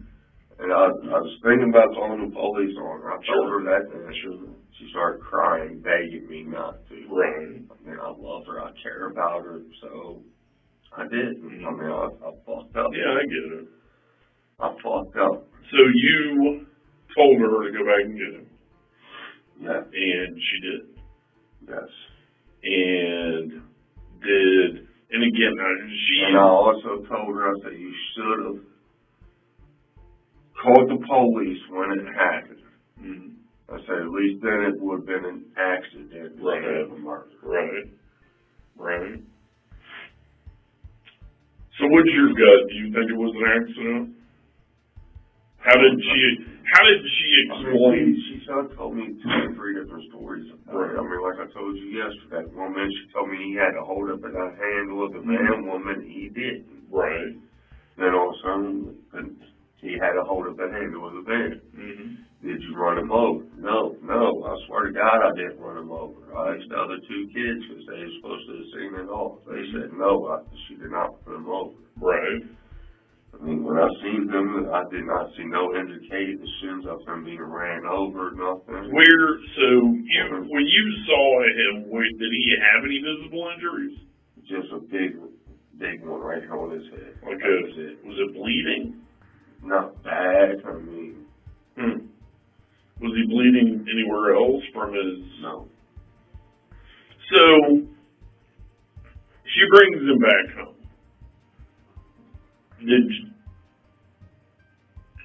How did James get moved from the car to the house?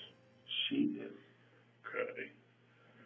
So when she brought him in, where did she put him? Laid him in the living room floor right there as soon as she walked in. She took off her coat, hung it up, sat down beside me. Which coat was she wearing? That pink one. Has it got writing on it or markings or anything? No, it's pink with a bunch of fur in it and that. Okay. So, where were the other kids? Right there with her. So, did they walk in with her while she's carrying him? She came in first. They were still busy getting out of the van, closing the van door back. What were they doing? Were they crying? Were they freaking out? No. No. Did they say a word? Act normal. Like nothing happened. So, did they go upstairs or stay down there with you guys? They stayed right down there with us. They've been so bad we ain't even been letting them sleep in their own rooms. They just they've all been in the corners for 3 months, 4 months. I mean, there might have been a break in between here where they got out for a little bit. And I kept telling them, it's your decision. Sure. If you lie to me, they're going to be in the corner. Right. The kid. Yes. That's what I kept on. Right. You keep lying, you're in the corner. You keep getting in trouble, not doing what you want, instead of what you've been told, you're in the corners. So, he's laying on the living room floor, and did he stay there until he was taken elsewhere? No, I got tired of him laying there myself. I carried him up, stuck him in the front bedroom upstairs. Okay. The front bedroom. Was that the little one? No. Which bedroom was that? You go straight up the steps and straight in. Okay. And what, did you lay him on a mattress or on a blanket, on a rug? I just laid him on the floor. Flat on the floor.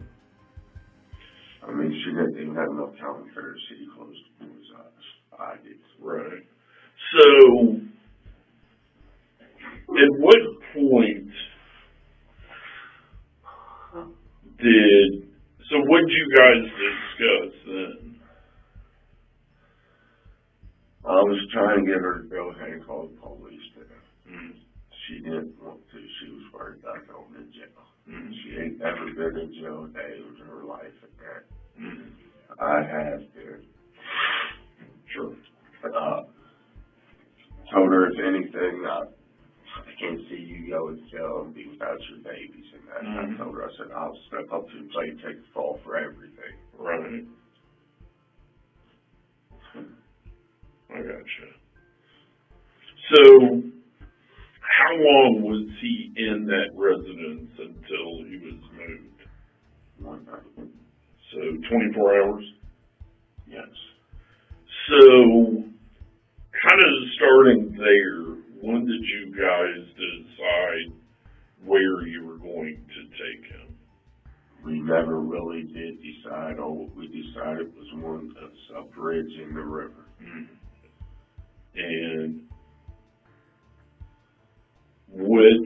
tell me again, which bridge exactly was that? The bridge that goes from Lawrenceburg, Indiana, into Kentucky. So you're familiar with that area, I guess? Yes, a little bit. Okay. So, what bridge did she take you on to last night and tell you it was? One kind of down that way. Kind of down I mean, y'all told me she was here, there, and everywhere when y'all was investigating her and that. I mean, you sure it's right one? No, I'm not. That's totally why I'm here talking to you. One of the reasons is just kind of make sure, because like I told you, she told us. But as for up at Rush Run, I cannot tell you nothing about up there. Like I kept telling y'all, you guys put us all in the same room. Western is all at once. I'll get the truth out. You'll know the truth. So you tell me that is for sure the bridge that you guys took him to? I don't know if she took you to, right? No, the one that you just told me about. That's the one for sure it was. What road was that? 275, I believe it is. So you guys get there, and who was driving? I was. You were driving. So you guys are getting there. You guys get there. Kind of take me through a play-by-play of. Well, we're getting close up to the bridge. Notice there's some cars coming up behind me. What time of night was this? Well, it was probably 2 o'clock, 2:30 when we left the house. On Sunday morning, yesterday morning. Okay. So I'm sorry. So you leave about 2:30. Yes. And you pretty much drive straight there? Yes. Okay. About 45-minute, maybe an hour drive. So you get there, then what happens? You start pulling up to the bridge like you just said. Well, I got maybe about 100 yards away from the bridge. I noticed there was headlights coming up behind me. I told her, she said, pull over, stop, wait a minute, let them pass you. So that's what I did. Okay. And then once they passed and got so far ahead, I put it down in drive, turned my headlights back on, took off about halfway across the bridge, stopped, put it in park. She grabbed his feet, I grabbed his shoulders and threw him. So, what was he wearing? Red jacket, red and black and gray jacket, tan pants. Had another little black thin jacket on underneath that red one. Mm-hmm. Do you have a mask on or anything, or some kind of hat or anything else? I know when she left with him, he did have a red hat on, and when he came back, I didn't see no red hat. When they left going to Rush Run? Yes, he had on black and white shoes. Mm-hmm. So, did he have his glasses on when she brought him back from Rush Run? No, he did not. He did not.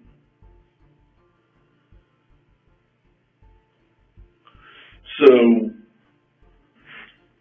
you guys pull up, you guys see a car, and you pull over right before the bridge, or 100 yards before the bridge. About 100 yards. Right around there. You wait, you go by. As soon as that happens, you guys pull up, and you just, there's really not much room there. She jumps out. Okay.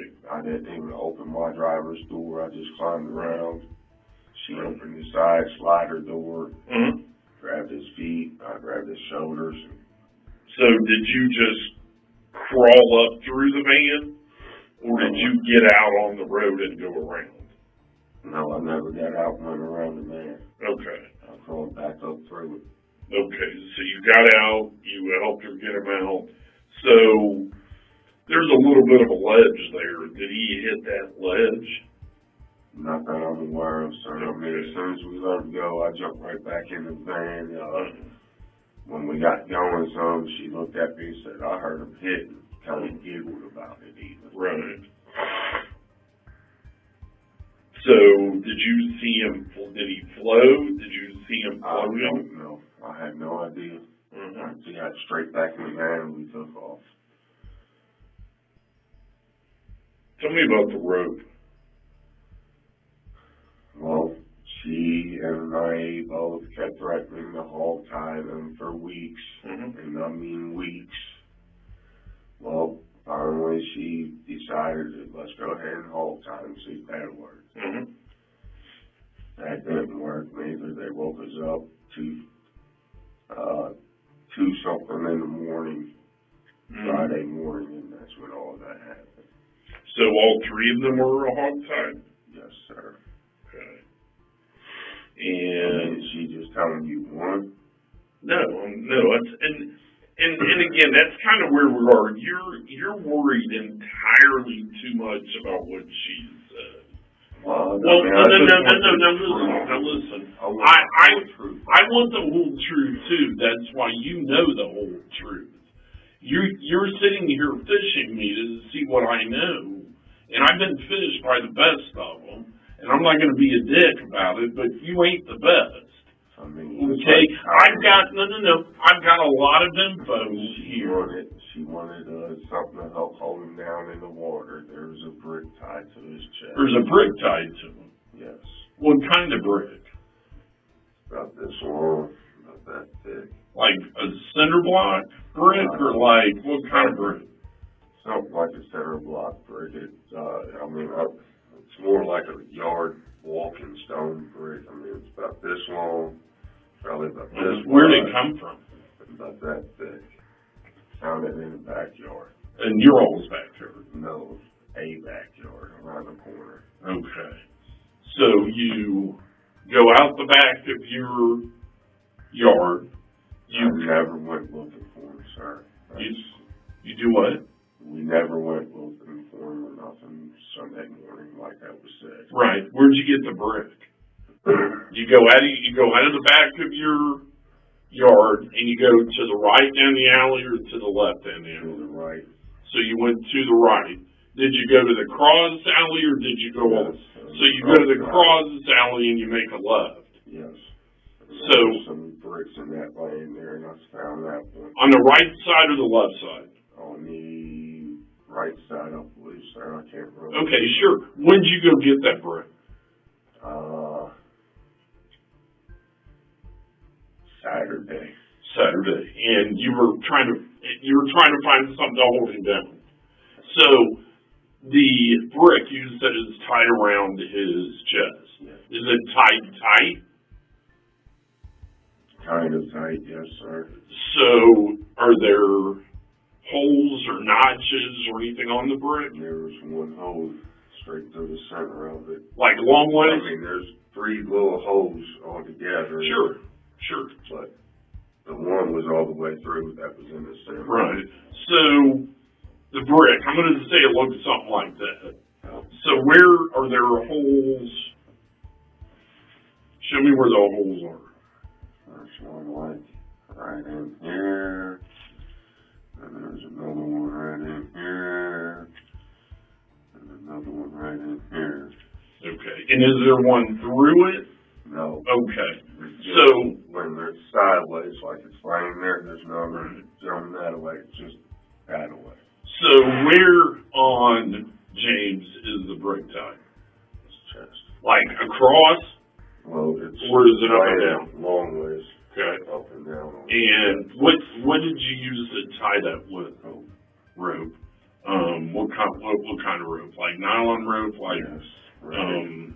What's it made out of? Well, I'm not gonna ask you that because I have no idea what any of my ropes are made out of. What color is it? Red and black. Okay. And when did you guys get this rope? When did you buy this rope?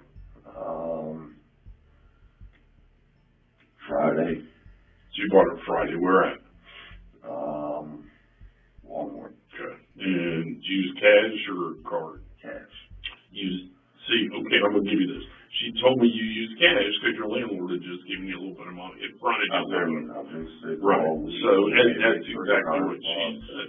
So you see, this is how this works. I know a shitload of information about this. A lot of it's been confirmed, and I've ruled out some of it. Well, some of it that you told us initially.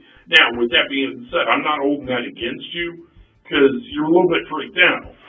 But here's where we are. Right now is going to be one of your only opportunities to genuinely show me that you're going to cooperate. This is good. This is good because I knew all this. And we got a shitload of motherfuckers down there right now dragging us forever look for this little fella.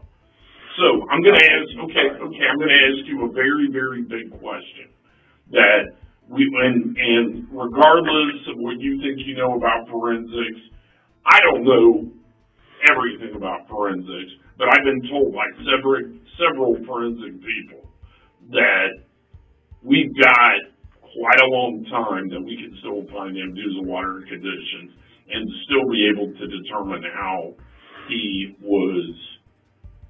died. I'll just say it like that. We've still got plenty of time to do that because the water's colder than fuck right now.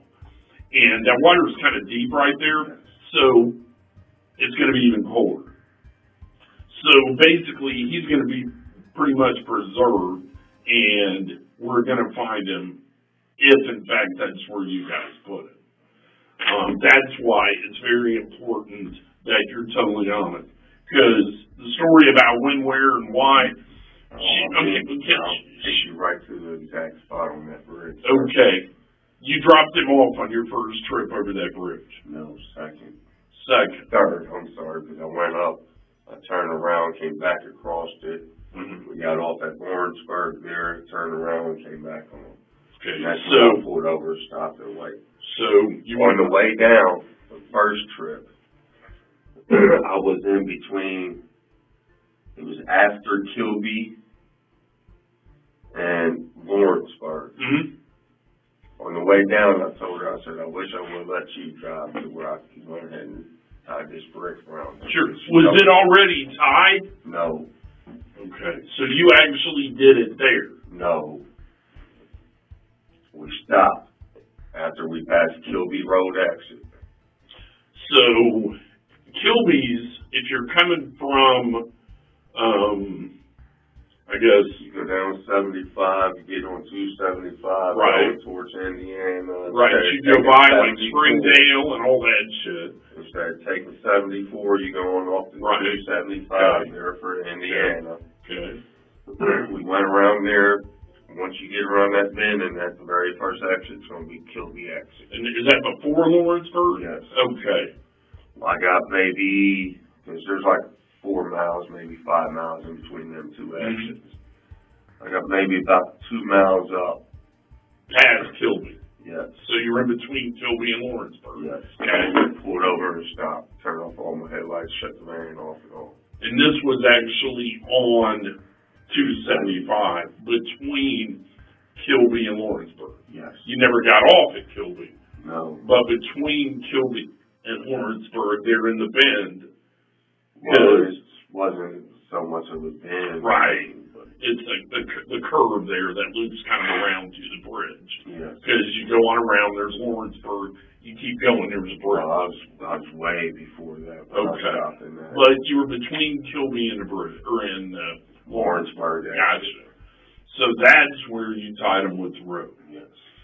So is the rope still in your house somewhere? Or did you guys toss it out somewhere? The only piece that left is in the garbage that she threw away. Outside the house? Yes. Okay. What about the rope in the garage down over on Logan?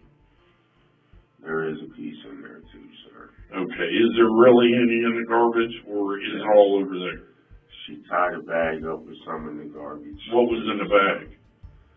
There's, as far as I know, it's just that piece of rope, sir. Okay. Is there anything else in there? There might be a couple little pieces of rope in there where they was gagged, their mouths and that too. Okay. I mean, you see, I'm trying to keep it 100%. Right. Well, and you see, this is making it a lot easier. And I can already tell your shoulders have dropped a little bit. Dude, I know a lot of this stuff. I wasn't bullshitting you when I came in here. I know a lot of this stuff. And I've still got questions I want to ask you, and you're doing great. You're doing great. Because are you withholding little itty bitty things? You know, you drove instead of riding the shotgun. That doesn't change any of this. You were still there with her during this. You know what I mean? And it's kind of like, don't look ahead. Don't read into what I'm asking you. Because the charges, I mean, it's already happened. Whatever you guys did.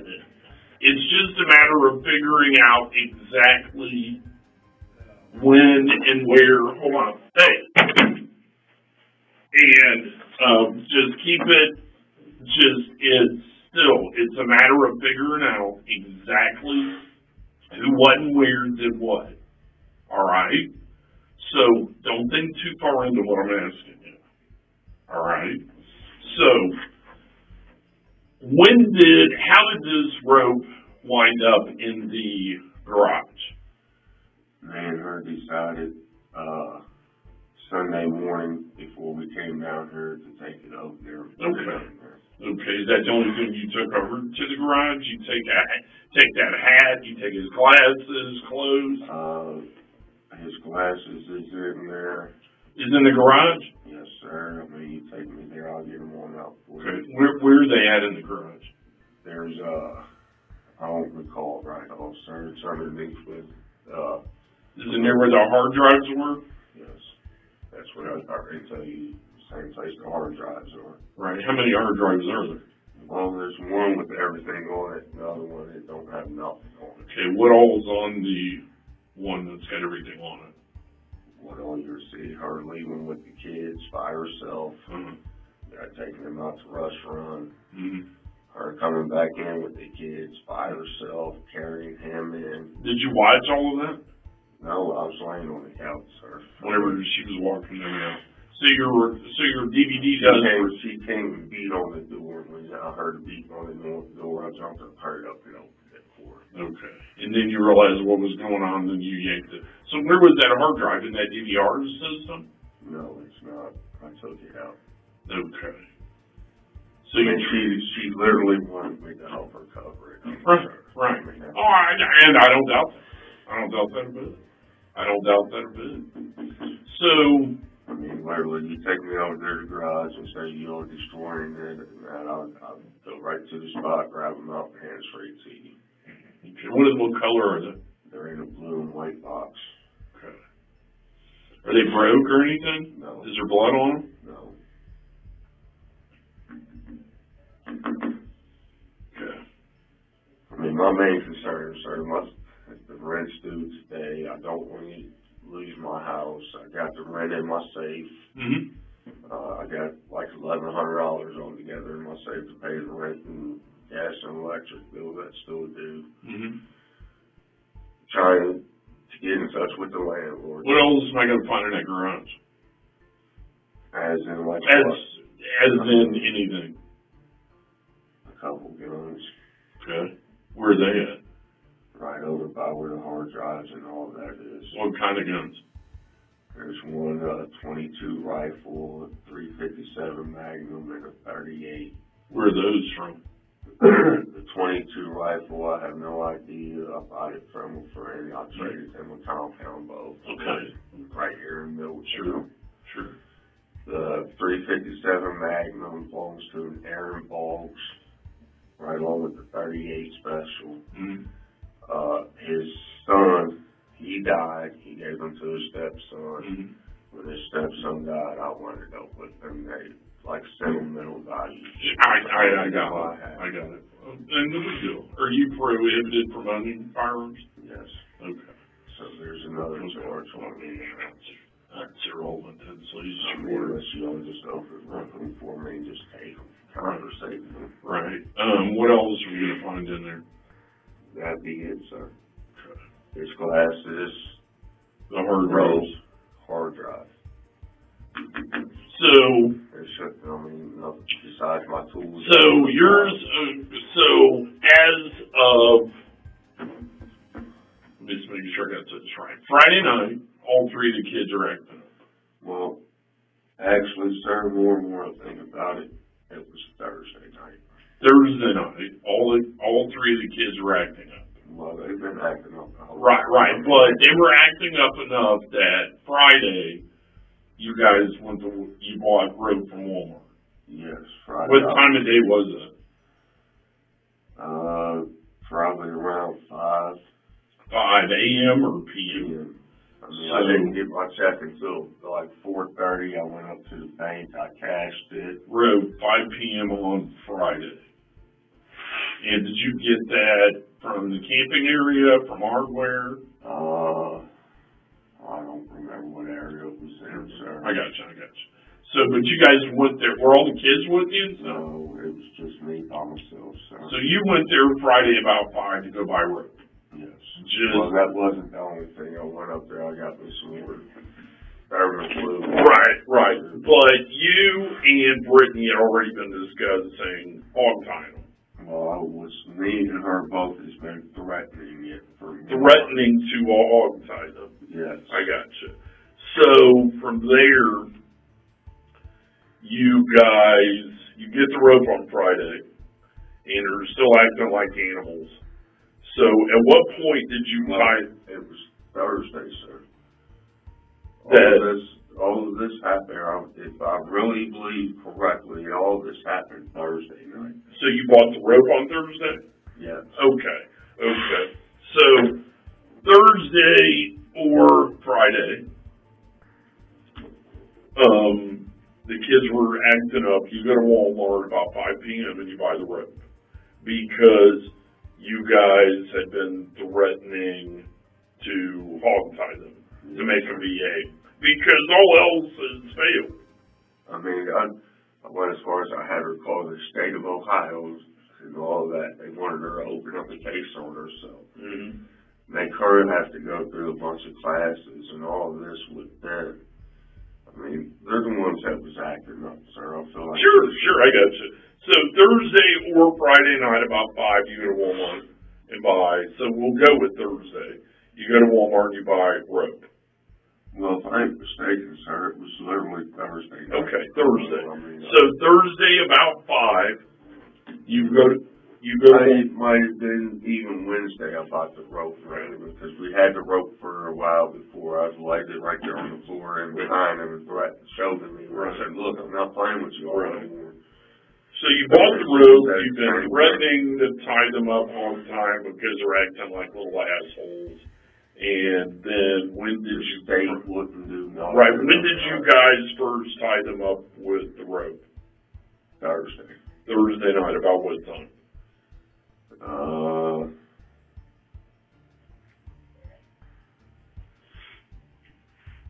want to say probably about 8 o'clock, 8 p.m. in the evening. So you tie them up. So where was at when you tied her up? She was standing in the corner. Was she on the ground? Was she laying there? How did you tie her? She made her lay on the ground, and then she went to Brittany. Oh, okay. She went to tie her up, and she said, "Would you please help me? I don't know how to tie nobody up. I never did." Yeah, sure, I'll help. I did tie the other two up. So were they on their stomachs, actually hog-tied? Yes. Laying back like you were hog-tied? Yes. Were they crying? No, none of them cried about it. None of them nothing. I mean, how long were they tied up? I'm sorry. So this is Thursday at about what time? About 8:30. 8:30. 8:30, somewhere along there. 8:30.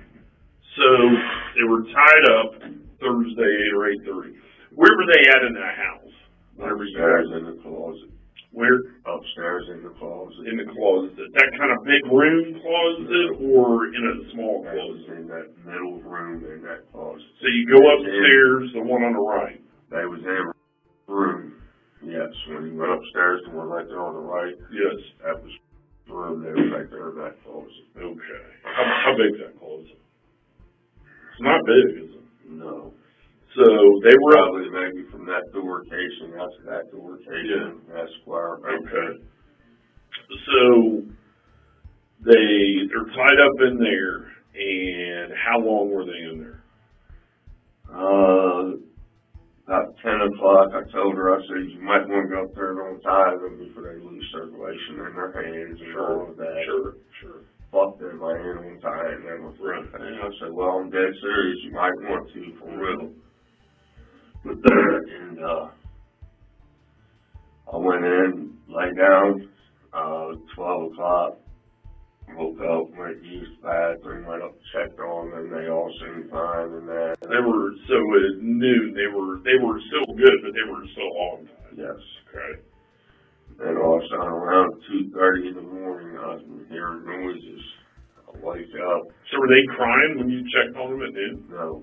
I woke up, went up there. That's when they was up there making a lot of noises, being loud. Were they yelling, like, to get untied, or just laughing and go to the bathroom, laughing and joking? I gotcha. I went down, woke her up, told her, and all of that. She went up there. And now we're at 2:30 on Friday morning. Yes. Okay. She went up there, untied them. And, me and her got into an argument and that's when. What'd you get into it over? Them kids acting up all the time and that. I mean, I told her 9 years was the oldest one. Mm-hmm. She told me every time she disciplined them, somebody would baby them. Sure. I said, well, instead of you letting somebody baby them for disciplining them, you should have done something about the person babying them. Mm-hmm. They wouldn't be as bad as they are now. Right. And it just kept leading on. I kept telling her that same thing over and over.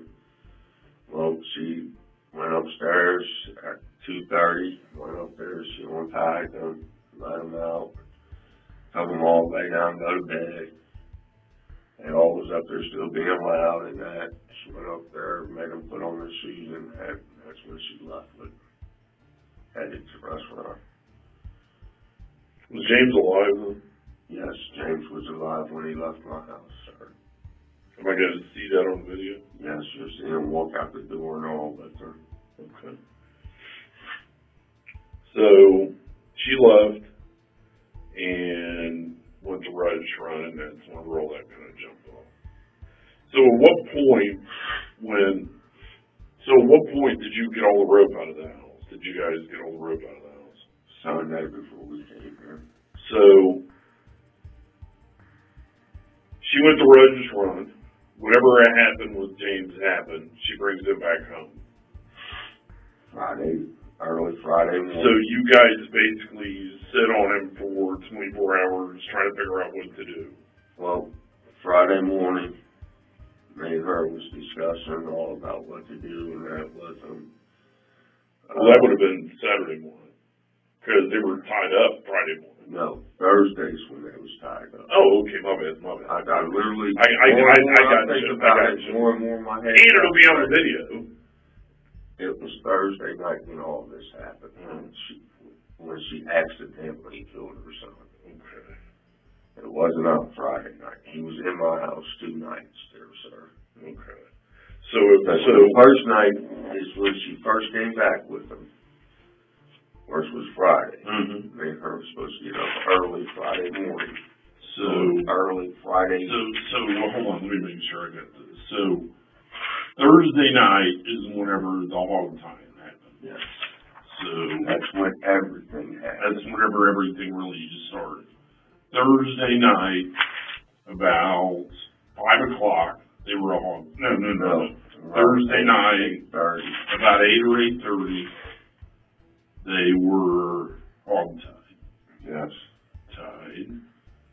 And then, so at about, you said, what time did you go check on them? About 12 o'clock when I woke up to use restrooms. So I'm going to say midnight, you checked on them. They all was fine up there, sleeping and quiet. And then now we're at Friday. We're Friday morning at about 2:30 is whenever they were really acting up. Yep. You guys untied them, and She untied. Oh, I okay. didn't. I got you. And she went to Rush Run. Well, it might have been about 3 o'clock before she left with the I got girls you. at restaurant. I got you. 2:45. So she gets back home Friday Morning around 4:30, 4:45, somewhere along between 4 and 5. I'll leave it at that. And so that's whenever he gets brought in that house and stays there until you guys leave with him on Sunday morning. Well, it was, because it was after midnight. Yeah. So Sunday, about what time did you guys leave? About 2:30. 2:30. About 2:15, between 2 and 2:30 is when we left. 2 and 2:30. And then you went to the river.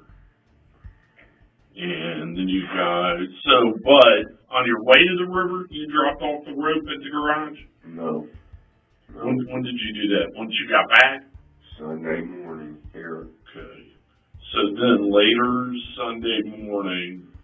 Well, on the way to the river, we pulled over, stopped, tied them. Sure. But then tied a brick around. Right. That time. Right. And then after he went in the water, you guys came back home. Did you go back home and get the rope and stuff? Yes. So when did you pull the hard drive out of the DVD player? Sunday morning. About what time? After you got back home? After we got back home. From the river? Yeah, she fell asleep, and I sat there and fell asleep, woke back up at 8 o'clock. So between 8 or 9 is when it stopped. Is that when you pulled the hard drive? Yes. Yeah, between 8 and 9 a.m. a.m. you pulled the hard drive.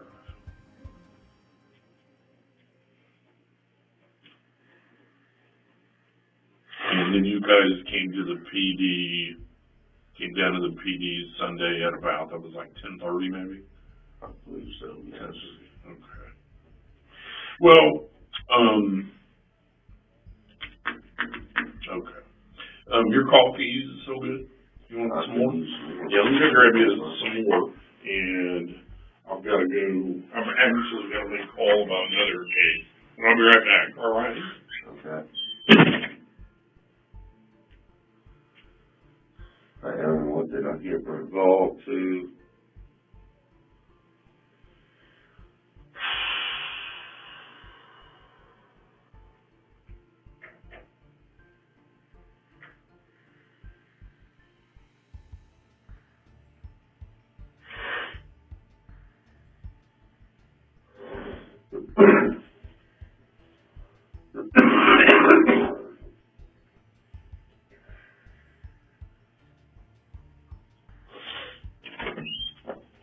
Here you go, bub. All right, I'll be right back with you, okay? Yes, sir.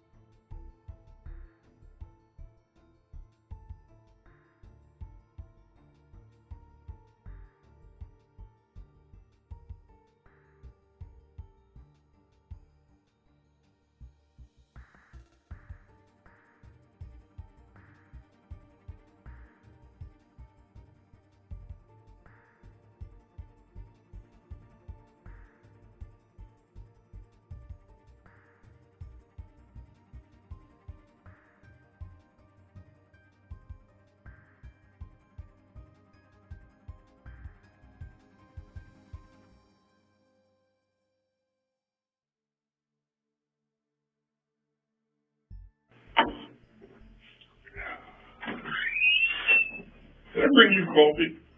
I could use some more. No, you got it. You got it, dude. Whose are these?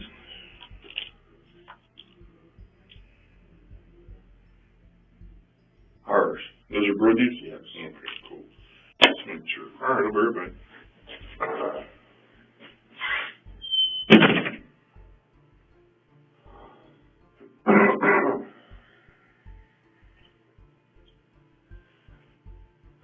She's supposed to wear them at all times.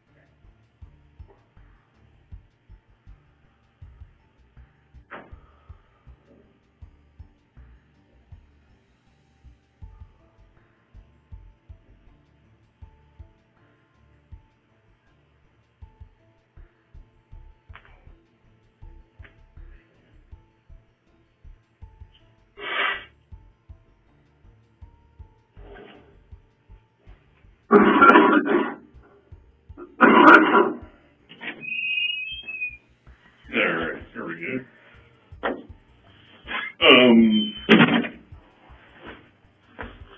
So, before I forget, so your DVR.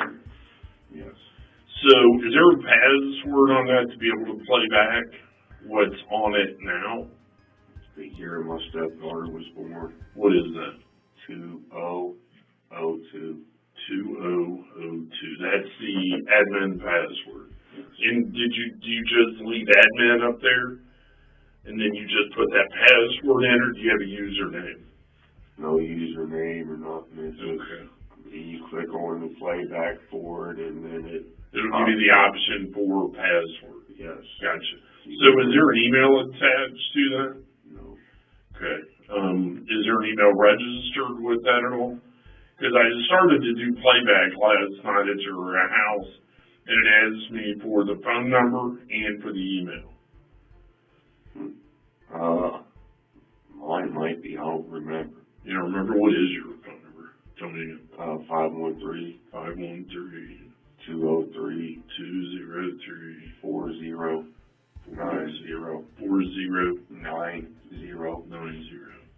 And what? All lowercase letters For the email. oh, okay, good. All lowercase letters. Good.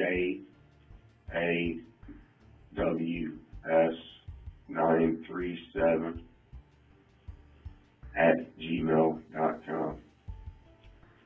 Is that the email that's registered on that phone? Yes. So,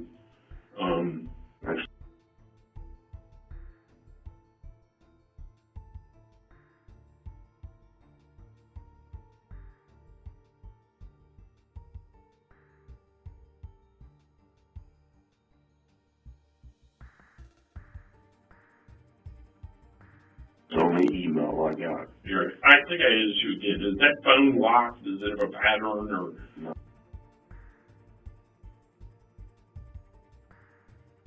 A combination lock?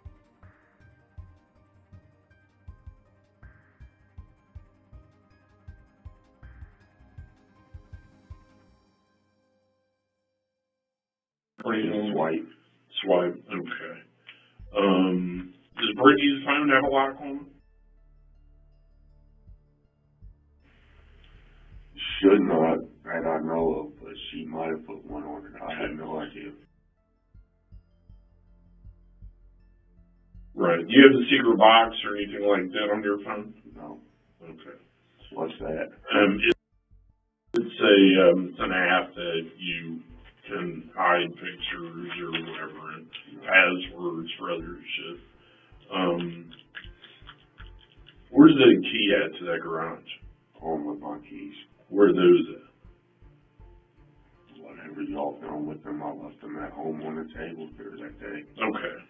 I told Rick I hung them up there, told Rick and showed him. I said, here's the key, lock the door. Okay. Cool. I mean, literally, sir, I'll put it on my mom's grave. You take me over here, I'll go in, I'll hand you everything. Okay. Everything. No problem. Sure. No argument. No. So, everything. So, for the bedrooms, so you go upstairs. I know it's kind of hard to see. You go upstairs there, okay? And straight in this room, this is what you call the front bedroom. Yeah. Right? So, there's a bedroom over here. When you get top of the steps, you come this way, and there's a bedroom right in there. Okay, kind of like that. Yeah, but this front one's more, you know what I mean? It goes all the way out. Yeah.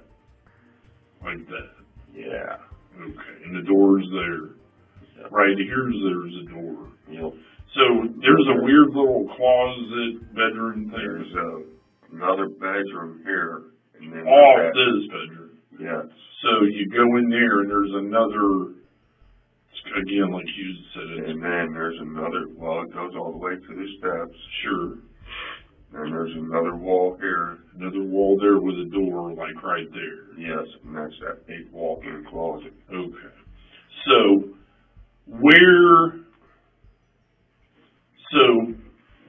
tell me this, when you took James upstairs, where did you lay him?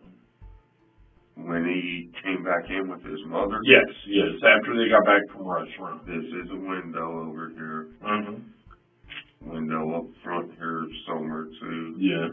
And I'll lay them right in here somewhere. Right in here. So let me write it on here. James after restaurant.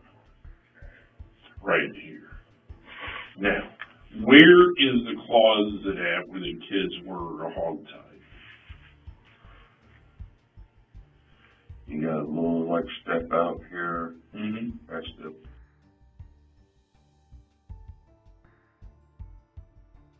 chimney fireplace, I believe. And there's like a closet right behind there. Right in there. So, right in here is where the kids were. I'm just going to put where the kids were here. Okay. So in that garage over on, is it Logan? Yes. So in the garage, we're going to do it like that. It's kind of split in the middle. No. No, it's wide open. It's wide open. Okay. Let's take that out. Start over again. So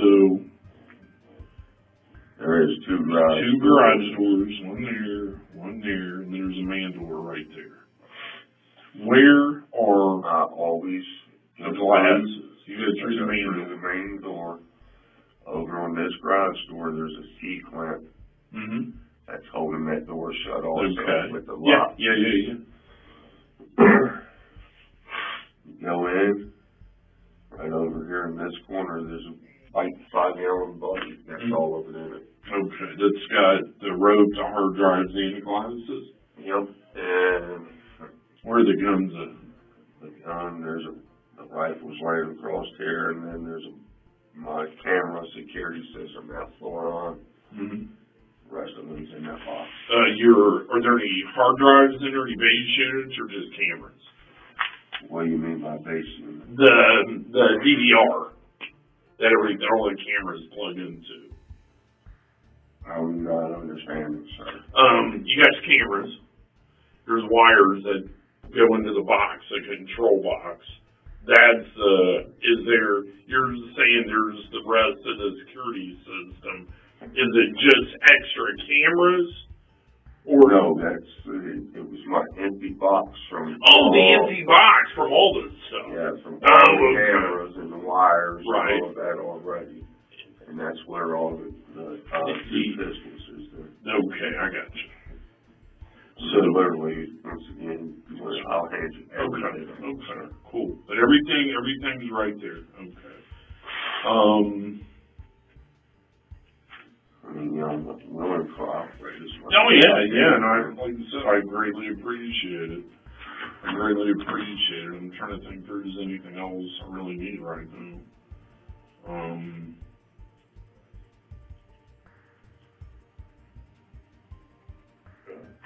Well, I'm gonna see what I can do about getting you back, and we'll kind of go from there and see how everything falls.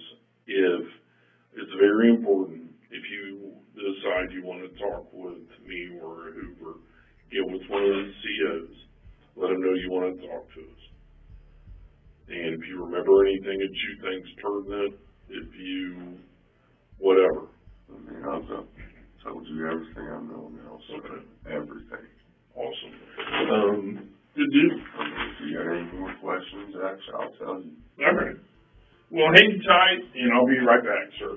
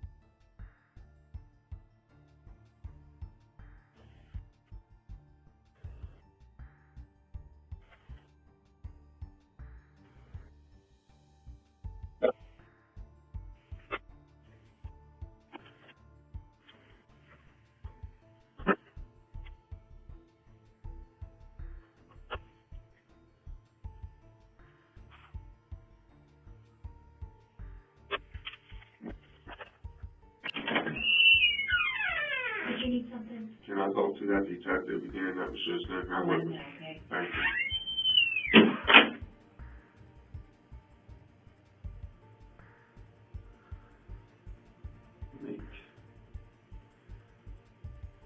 Make something out of it now already.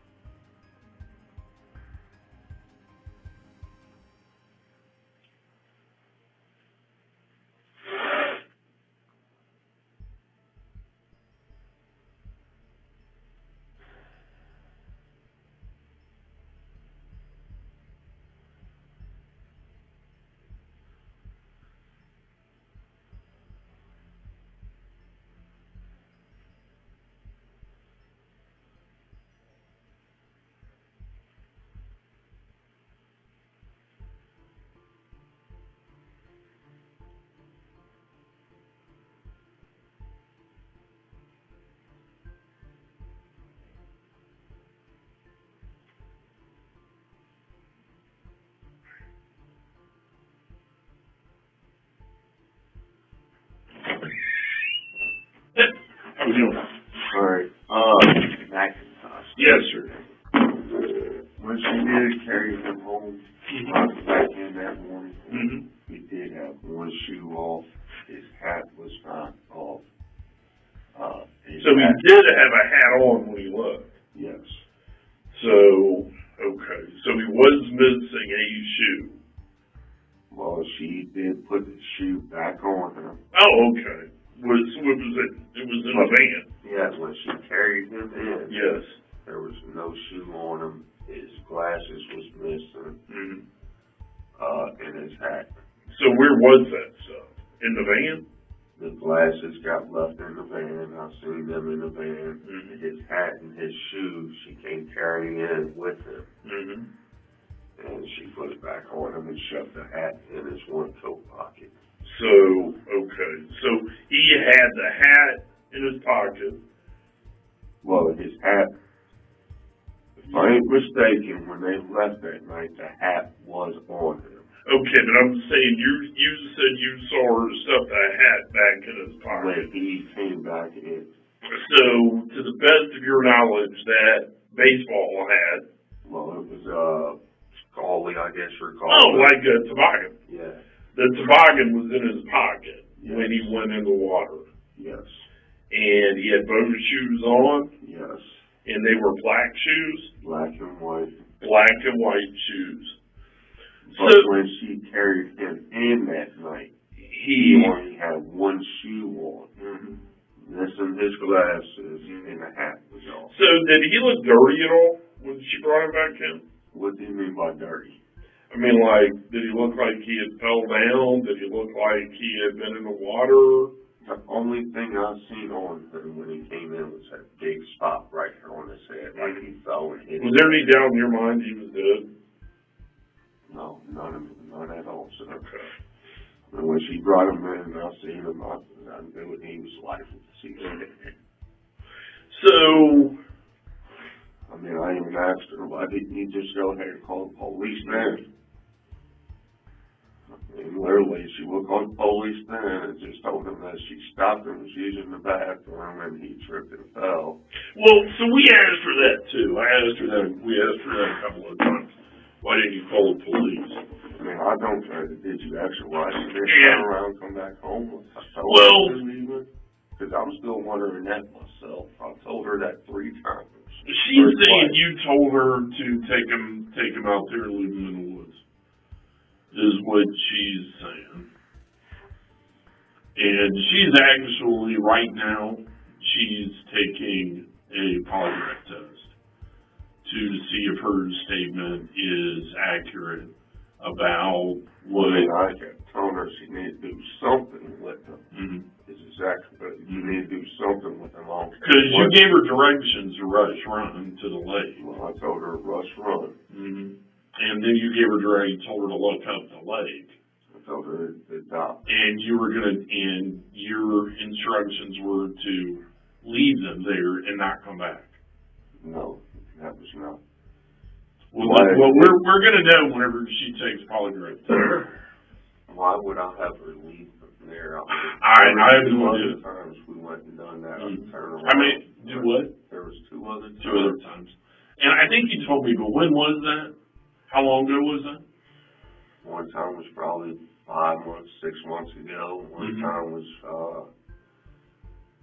about 4 months ago, 3 months ago. Mm-hmm. And like I said, we just turn around, go get back here and pick them up. Did you guys always do it at night? Yes. Because, it's pretty busy over there.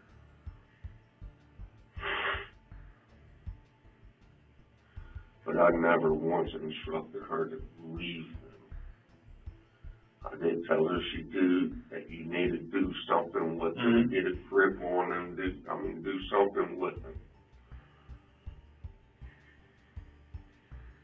Well, I just got on the phone with some guys from Preble County, some detectives that are involved with the dive teams and a river rescue team. And they're telling me, now these guys know about all this shit, water rift and drag and all that bullshit I don't know anything about. Me neither. But they're telling me if your story is absolutely accurate, in a day or two they'll find him. They're telling me, they just told me on the phone that they have no doubt in my mind. So with that being said, if they are that sure that they're going to find him, do you have any doubt we're going to find him? No, I hope and pray you don't do, for real, I really. Because I told them about the stone, told them about how he was tied, and like I said, they've already dropped some kind of sensor bullshit down in the water. And they keep track of all the water speeds, actually about 200 yards upstream from there anyway. Just because, they do it randomly anyway throughout rivers. You know enough about water and waterways to know that. I can tell that already. But, so they told me that they are convinced that within 2 days, 48 hours, that they're going to be able to find them. With that being said, we've already discussed the water temperature, the preservation. It's kind of like being in a little deep freezer. Yeah. And so when we pull him out, is, in your opinion, a pathologist, a coroner, a whatever, going to be able to determine a large number of bruising to his body before he was killed? Yes. From me and her. Okay. What was that about? Whooping his ass. Okay. Where all are we going to find bruises? His backside, his back, Mm-hmm. on his ribs, on his legs. And like that was me and her, not just me. So what was he whooped with?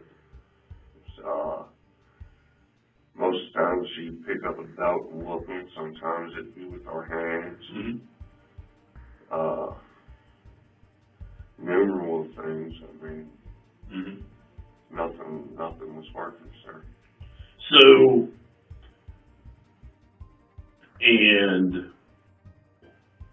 are their foster care? They've been totally taken out of the equation. They're not even with relatives right now. We're going to get them forensically interviewed. That's basically kind of a medical interview by professional people that have got time and effort and energy to make kids a lot more comfortable than I do talking to them. I mean, my God, they even bring a golden retriever in the room that lays in their laps while they do that. They have been whooped, yes, they have been beat, me and her both. Mm-hmm. So, I mean, got like a little black eye, it kind of looks like to me. That was from her mother smacking her in her eye. When was it? About a week ago now. Mm-hmm. What was that over? I don't really recall, sir. Okay. Her lying. What's the worst thing you've ever done to any of those kids? Punched him. Punched them. Which one did you punch last? James. Where did you punch him? On his side of that. On the side right there. He stood that little kick out right there by the couch. Mm-hmm. He went into the house. Mm-hmm. There's a couch. He stood right there in that corner. Mm-hmm. And, I mean, he just keep messing up. I'll yell at him, say something to him. He'd keep it up. I'll just reach over and just very at him. Yeah, but it left bruises. There was a few times it got a little harder. Sure. And I kept telling him, man, just straighten up, just keep listening, be good, you'll be out of that corner. I mean, there for, 2 months, a month and a half, he was good as gold, not in the corner, nothing. Right. And all of a sudden he just flipped, started acting up again. When was the last time you punched? Or, you just said James. Okay. Which one, I'm sorry, let me back up. Which one was standing in the corner by the kick out? James. That was James. How long ago was that? About 4 days ago, 5 days ago. 4 days ago. Did he cry? No, not really. I mean, he did a little bit, and I tried it up, and he's basically like he didn't care, right back to acting up and that. I mean, I literally tried try to refrain from hitting on them. You can get in touch with Priscilla Farley. That's her. There was. When was the last time you punched? Probably a month and a half now. What about at the same time as. I mean, where did you punch? His legs. His legs? Yes. So you just punched in the legs? Yeah. How many times do you think you hit him? 4 or 5 times. And does he have bruises? No. I know of. Did he get any bruises? From that time? No. What about, when was the last time you punched her? About 4 or 5 months ago. 3 months ago. Where did like she that. get punched at? Her legs and sides. I mean, She had bruises? She's light skinned, so. no, she never got no bruises. So is that why you didn't want Brittany to call the police? You were worried about the bruises on him? No, not really, sir. I'm much rather. I mean, it would make sense if you did. I'd much rather go to jail for child abuse than what I'm facing now, sir. Well, now you would. Even But then, back then, initially, whenever she first brought him home. I told them 4 or 5 times. I told her, I said, go your own way. Find somewhere to go with these kids. It's not going to work. She kept insisting on standing there with me. But the kids were a huge divider for you and Brittany. To be happy, basically? Yes, sir.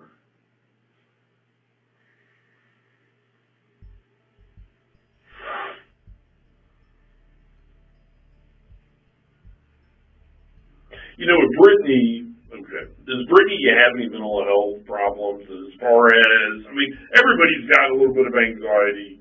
Everybody's got a little bit of ADHD. I'm just saying, does she have any kind of, like, developmental issue where, I mean, I talk to Brittany a lot. Brittany's smart. I seem to think she did, yeah, because, I mean, like you said, 1 minute she'll be on this, and then she bounces somewhere else. Well, but that's not necessarily somebody that's learning, has a learning disability or developmentally delayed. That's somebody that's working to cover their ass. And so that kind of shows intelligence to me. So with that being said, you suggest to Brittany that if the kids weren't here, if you took the kids out and left them to run and let whatever happened to them happen to them, you didn't make her do that. No, sir. I never hugged, no knife to her, never, nothing like that. So just because you make a suggestion, if I walk out here and tell somebody in the street, hey, I think you ought to go rob that bank, and they go do it, is that on me? If they're not. I don't really know how that would work by law, sir. Well, it's not. See, the thing I'm getting at here is I think you're trying, for the most part, to be honest. And we're going to know once Brittany takes polygraph tests whether or not she's being truthful about you saying, just take the kids out and leave them at Rush Run and don't, just wait, and don't go back. I want to make sure that if you said that to her, but she did it on her own and you stayed at home and you didn't have any part in her leaving the kids out there, and like I'm saying, leaving them supposedly permanently, okay? That, you're still at home.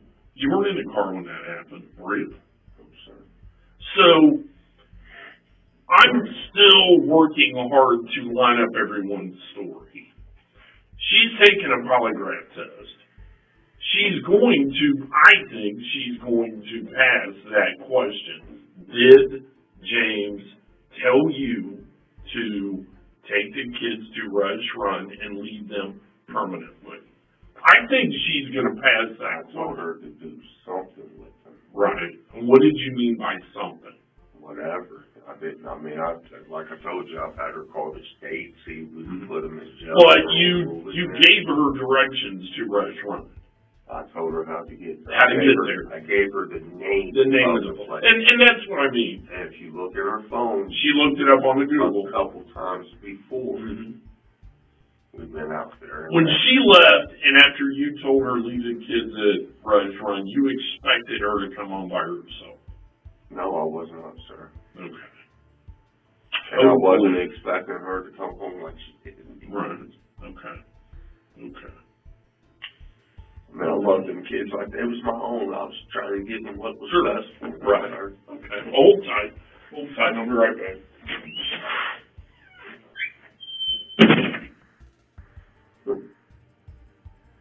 Like I said, put me on like there's tests too. I want to take one.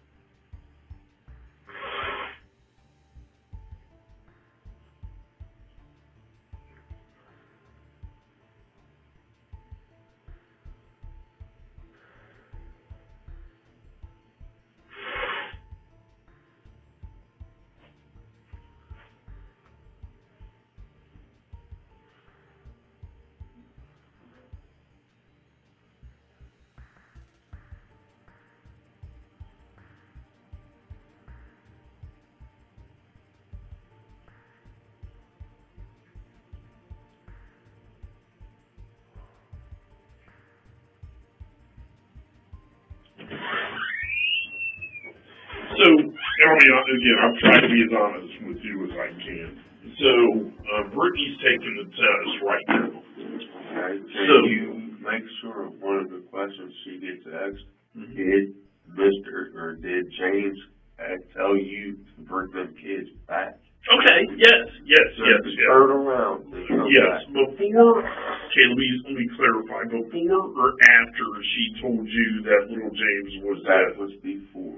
Okay, very okay, I will, I promise. She called me, okay? Right. She called me from up there, told me I'm at the wrong place. There's Mhm. buildings here. Mm-hmm, I said, well, just turn your ass around and come the fuck back home. mm-hmm. Oh, I want to drop them off somewhere. I'm done with them. Blah, blah, blah, blah, blah, blah. Kept insisting on it. And I said, just turn your ass around, bring them fucking kids and you back home. So, I will get them to ask her, it's really stupid, because you gotta be asked a certain way, but basically, before James died, did Big James tell you to turn around and get back home with the kids? Told her twice. Okay. So what they just got done asking her was exactly what she told you how she thinks James died.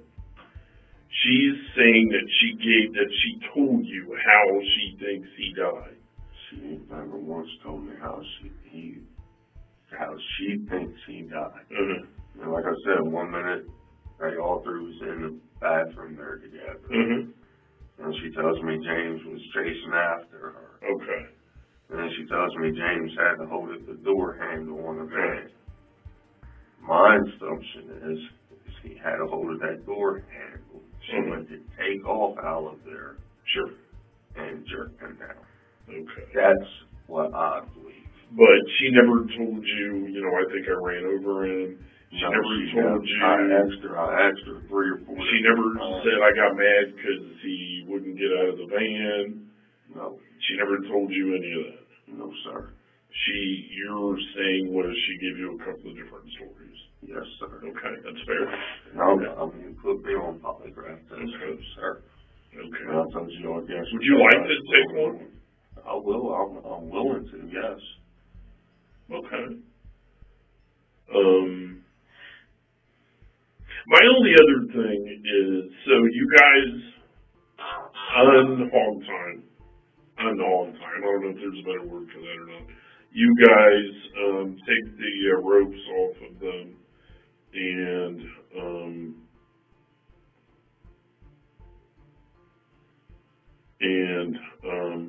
you guys take the ropes off of him and off of them, and they're still acting up, and that's whenever you go and get in that's whenever they wind up leaving and you stay at home. Yes. Why did you not go with her?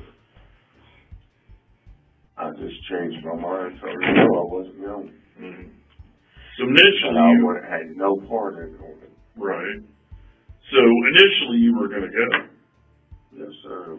So beginning, I was initially going to go, and told another mine I'm staying home. I said I suggest you do the same, and I'm leaving. Mm-hmm.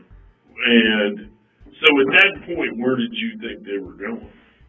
I had no idea, sir. Yeah, you did, Bud. Mm-hmm. You knew exactly where they were going. I told her fucking do something with. She Sure. told me she was taking them to rush room. She looked it up on her phone the day before. When she pulled it up, I guess it took her to the wrong place, and that's when she called me. And I told her, well, just turn around, come back home with 10 kids. So you just told me that you thought she was going to go to a relative's house and drop them off. I was hoping and you were going to go, but then you just said, out of your mouth right there, you just said you didn't go because you didn't want no part of that. I didn't want no part of that. I just said, and we've been talking about it, she just passed that question that you told her to take them to Rush Run and leave them. She just passed that question. And this is one of these things, and we talked about this way early on in our conversation. I may have told her to leave them, sir, but I don't recall. I told her to fucking do something with them. What was her plan? I have no idea what her plan was. Yes, you do, Bud. You do. And you're not fucking us. No. Put me on life. You're fucking yourself. I'm going to. But you're fucking yourself. Because the first thing the judge is going to ask is, was he honest with you about what he knew, what he didn't know? And I'm going to say, hell no, he wasn't honest with me. I can prove it. I knew she was headed out to Rush Run with them. That's the last place she looked up. And she was going to leave them there. Yes. Okay. And what else was going to happen while she was out there? She's already talked. She's already in there talking. Was she talking about putting them in the lake? What was she talking about? Like I told you already.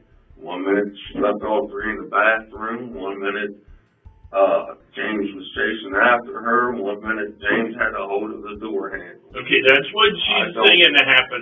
What was the plan when she left Crawford Street? You knew what was going to happen. She was supposed to have took them out there and left them, sir. When she got out there and she called me and told me she's at the wrong place, I told her twice on the phone then to turn around, bring them back home. Why the change of heart? Because I didn't want nothing bad to happen to these kids. Sir. Because you expected her to go out there and do something worse. No, that was not what I was expecting, sir. Like I told you before, we took them out there 2 other times, dropped them off, turned them home, brought them right back and picked them up. Why now? You've successfully gave them this scare tactic twice, right? Yes, according to you. So why are you now suddenly going to decide, I don't want to do it right now. I don't want to do it tonight for whatever reason. She's already told us, and she's told us what you know. We don't need to put you on a polygraph because she's just fucking past it. But right here, right now, I told you, this is messy enough. I don't like any loose ends. It doesn't change the fact you weren't out there with her, were you? No, sir. So, you tell me right now, what was the plan when she left Crawford Street that, once she got out there, you got cold feet about? Supposedly told her to come back. What did she tell you she was going to do with those 3 kids when she left Crawford? Only thing she told me she was going to do with them was drop them off, sir, and I swear to God on that. What did she tell you? How did James get killed? I never got a straight out story. No. Eventually, there's no way in hell that she didn't tell you, okay, this is what happened. I mean, I asked her 4 or 5 times, did you run him over? No, I did not run him over. No, I did not run him over. I mean, that's was my first instincts. I kept asking her, did you run the boy over? She's going to testify. She's going to get convicted, but she's going to testify that you knew more than what you're telling us. That's what we're trying to help you out with.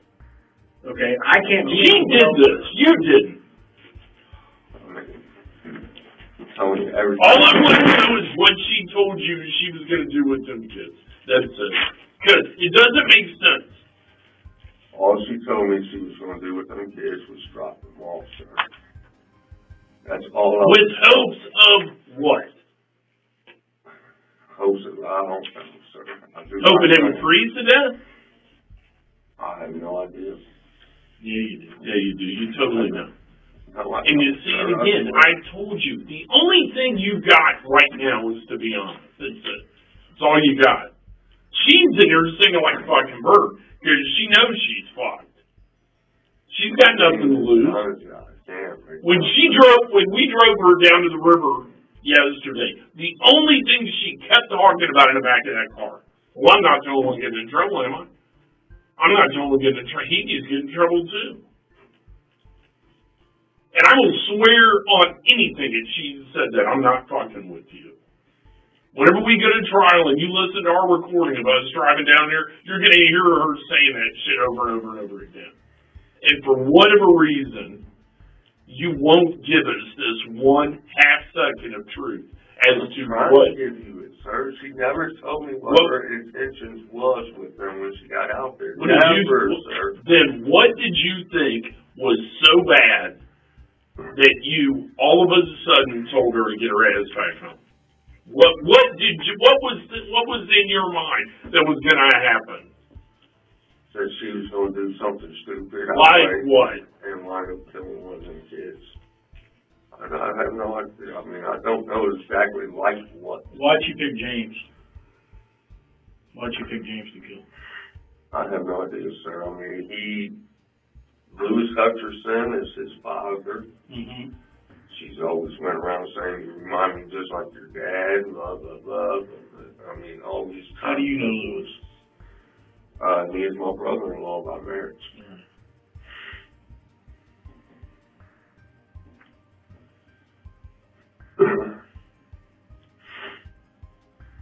I mean, literally, there's a couple of times Sarah Woods, my stepdaughter, that I raised with Priscilla Farley, there's a couple of times I whooped her ass. I learned that. I mean, I gave that kid the best life I could. What happened to Brittany's other daughter in Kentucky? What I know is she was took when Brittany was supposed to have been raped when she was younger, and that her daughter was took from her. Was that her daughter from the rape? I believe so. That's what she told me, yes.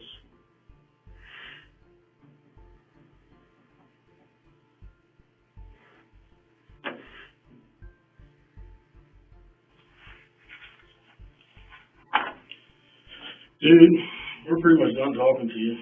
You kind of backed yourself into the corner, and prosecutors don't love that. So, honestly, we're trying to give you a chance to be 100% honest with us about what she told us. Now, she told you exactly how James died.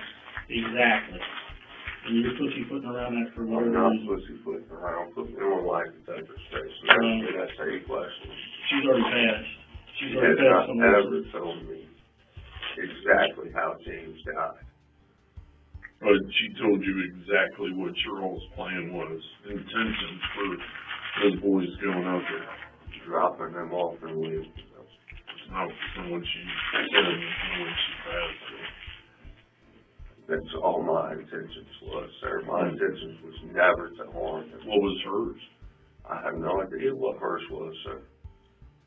Hmm. I had no idea. I swear to God.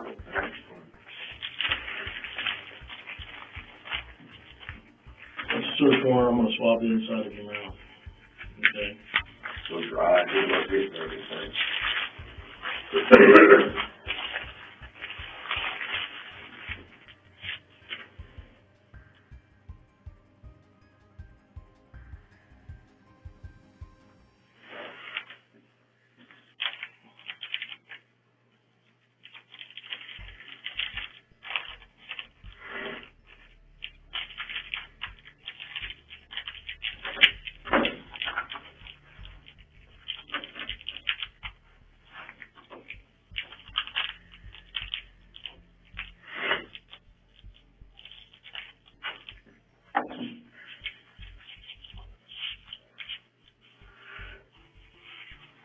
That's your copy.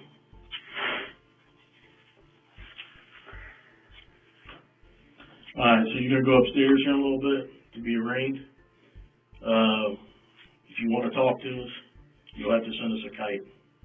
I'm not gonna pull you back Are out. you still going to allow me to get a couple phone numbers out? Yes. Yeah. Yeah, I'll do that right. At some point. So, just so I'm clear, you were talking about a long time. Can you, you're on the runner's stomach.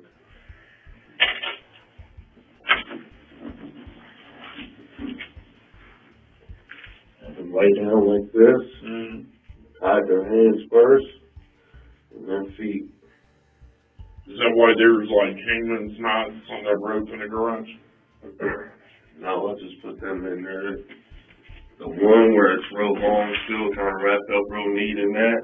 That one I left on there. I was going to hang her one teddy bear, that big unicorn that you seen in the front room there. Just going to hang it from the rope that the kids were actually tied up, is that in the trash can?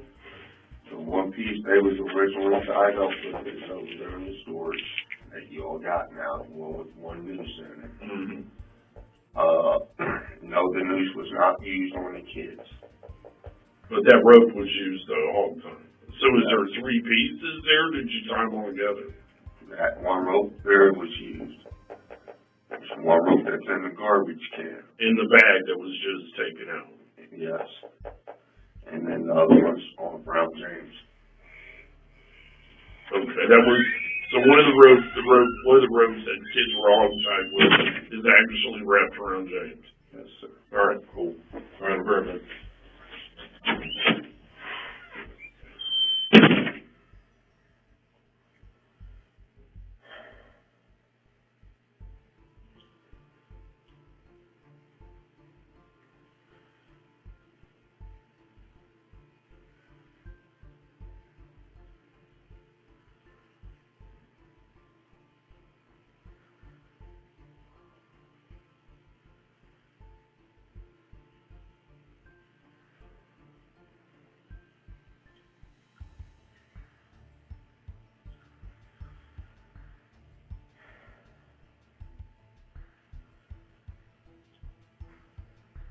I can't believe she's already telling me that fucking I knew what she did. I never knew exactly what she did to that boy.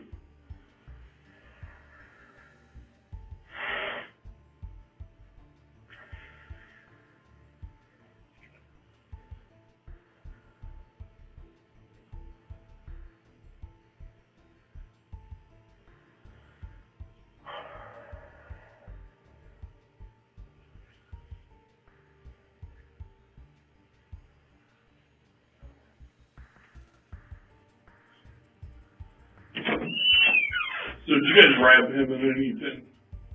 No. You mean like in plastic? Yeah, plastic, No, sir. rug, a sheet, a box. No, sir. Just totally open and loose. It's totally open with that great tie. All right.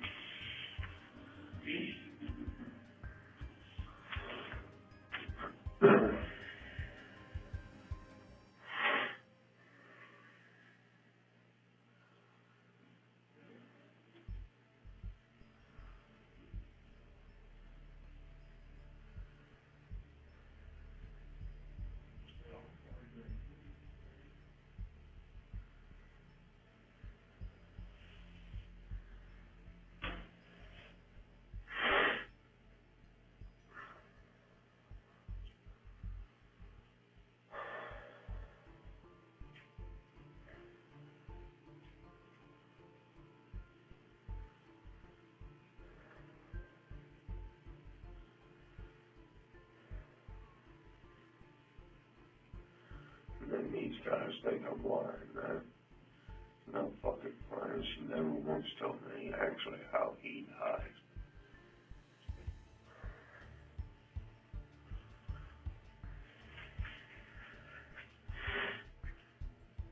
Never once told me.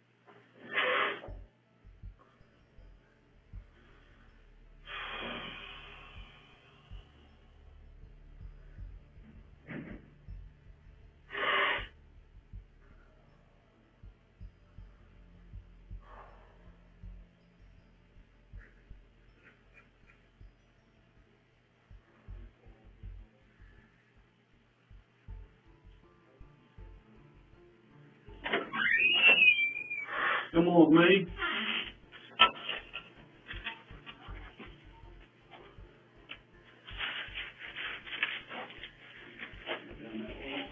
What do we do, dude? You still gonna let me get the numbers? Oh, shit. Yeah, go ahead and let him have a number. Or go ahead and let, I'm sorry. sorry. I'll bring him. I'm totally apologizing. I'm sorry. Go ahead and have a seat. Let me go grab this. My bad.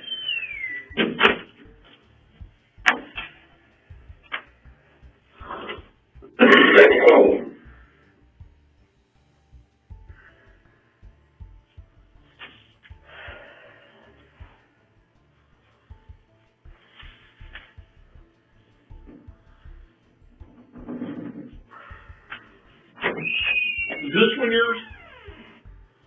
No, that's ours. All right, hold on. So there is a lock on this. Do you know what it is?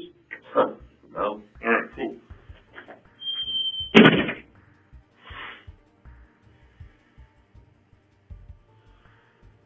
Good old secrets, huh?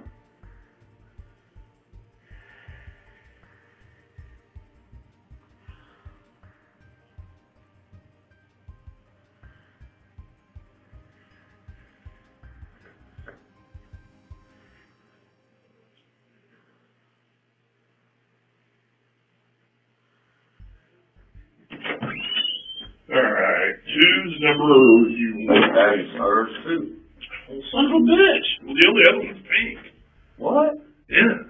You ain't even got my phone then. So where was yours at? Sitting at home on the coffee table. Okay, cool. Well, I ain't got it, brother. All right, Is there any way possible we do get it? I Yes, can have a yes, few numbers. yes. I Please. promise you we will get this. He promised me I'll get them before I went back there. Okay, well, your phone's not here. What do you want me to do? Damn. I thought we had your phone. Nah, both of them's ours. Okay, well, there's another one up there that's kind of pink. Stay there. Yeah, stay there. That has to be hers too.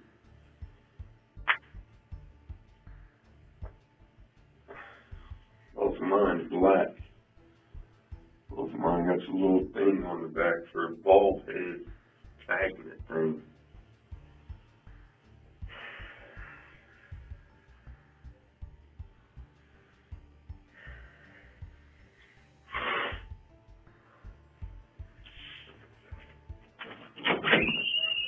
Is this it?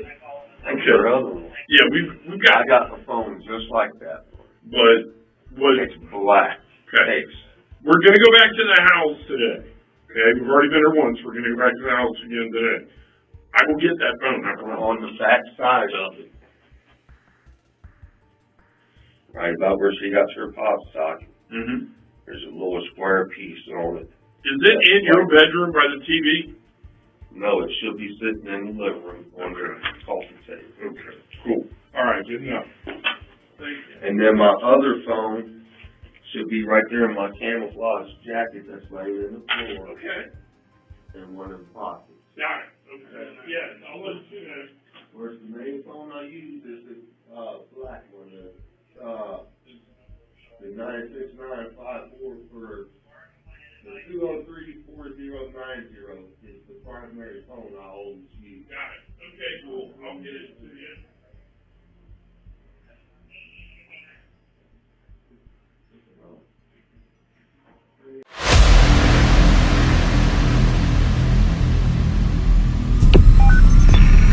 What's your emergency?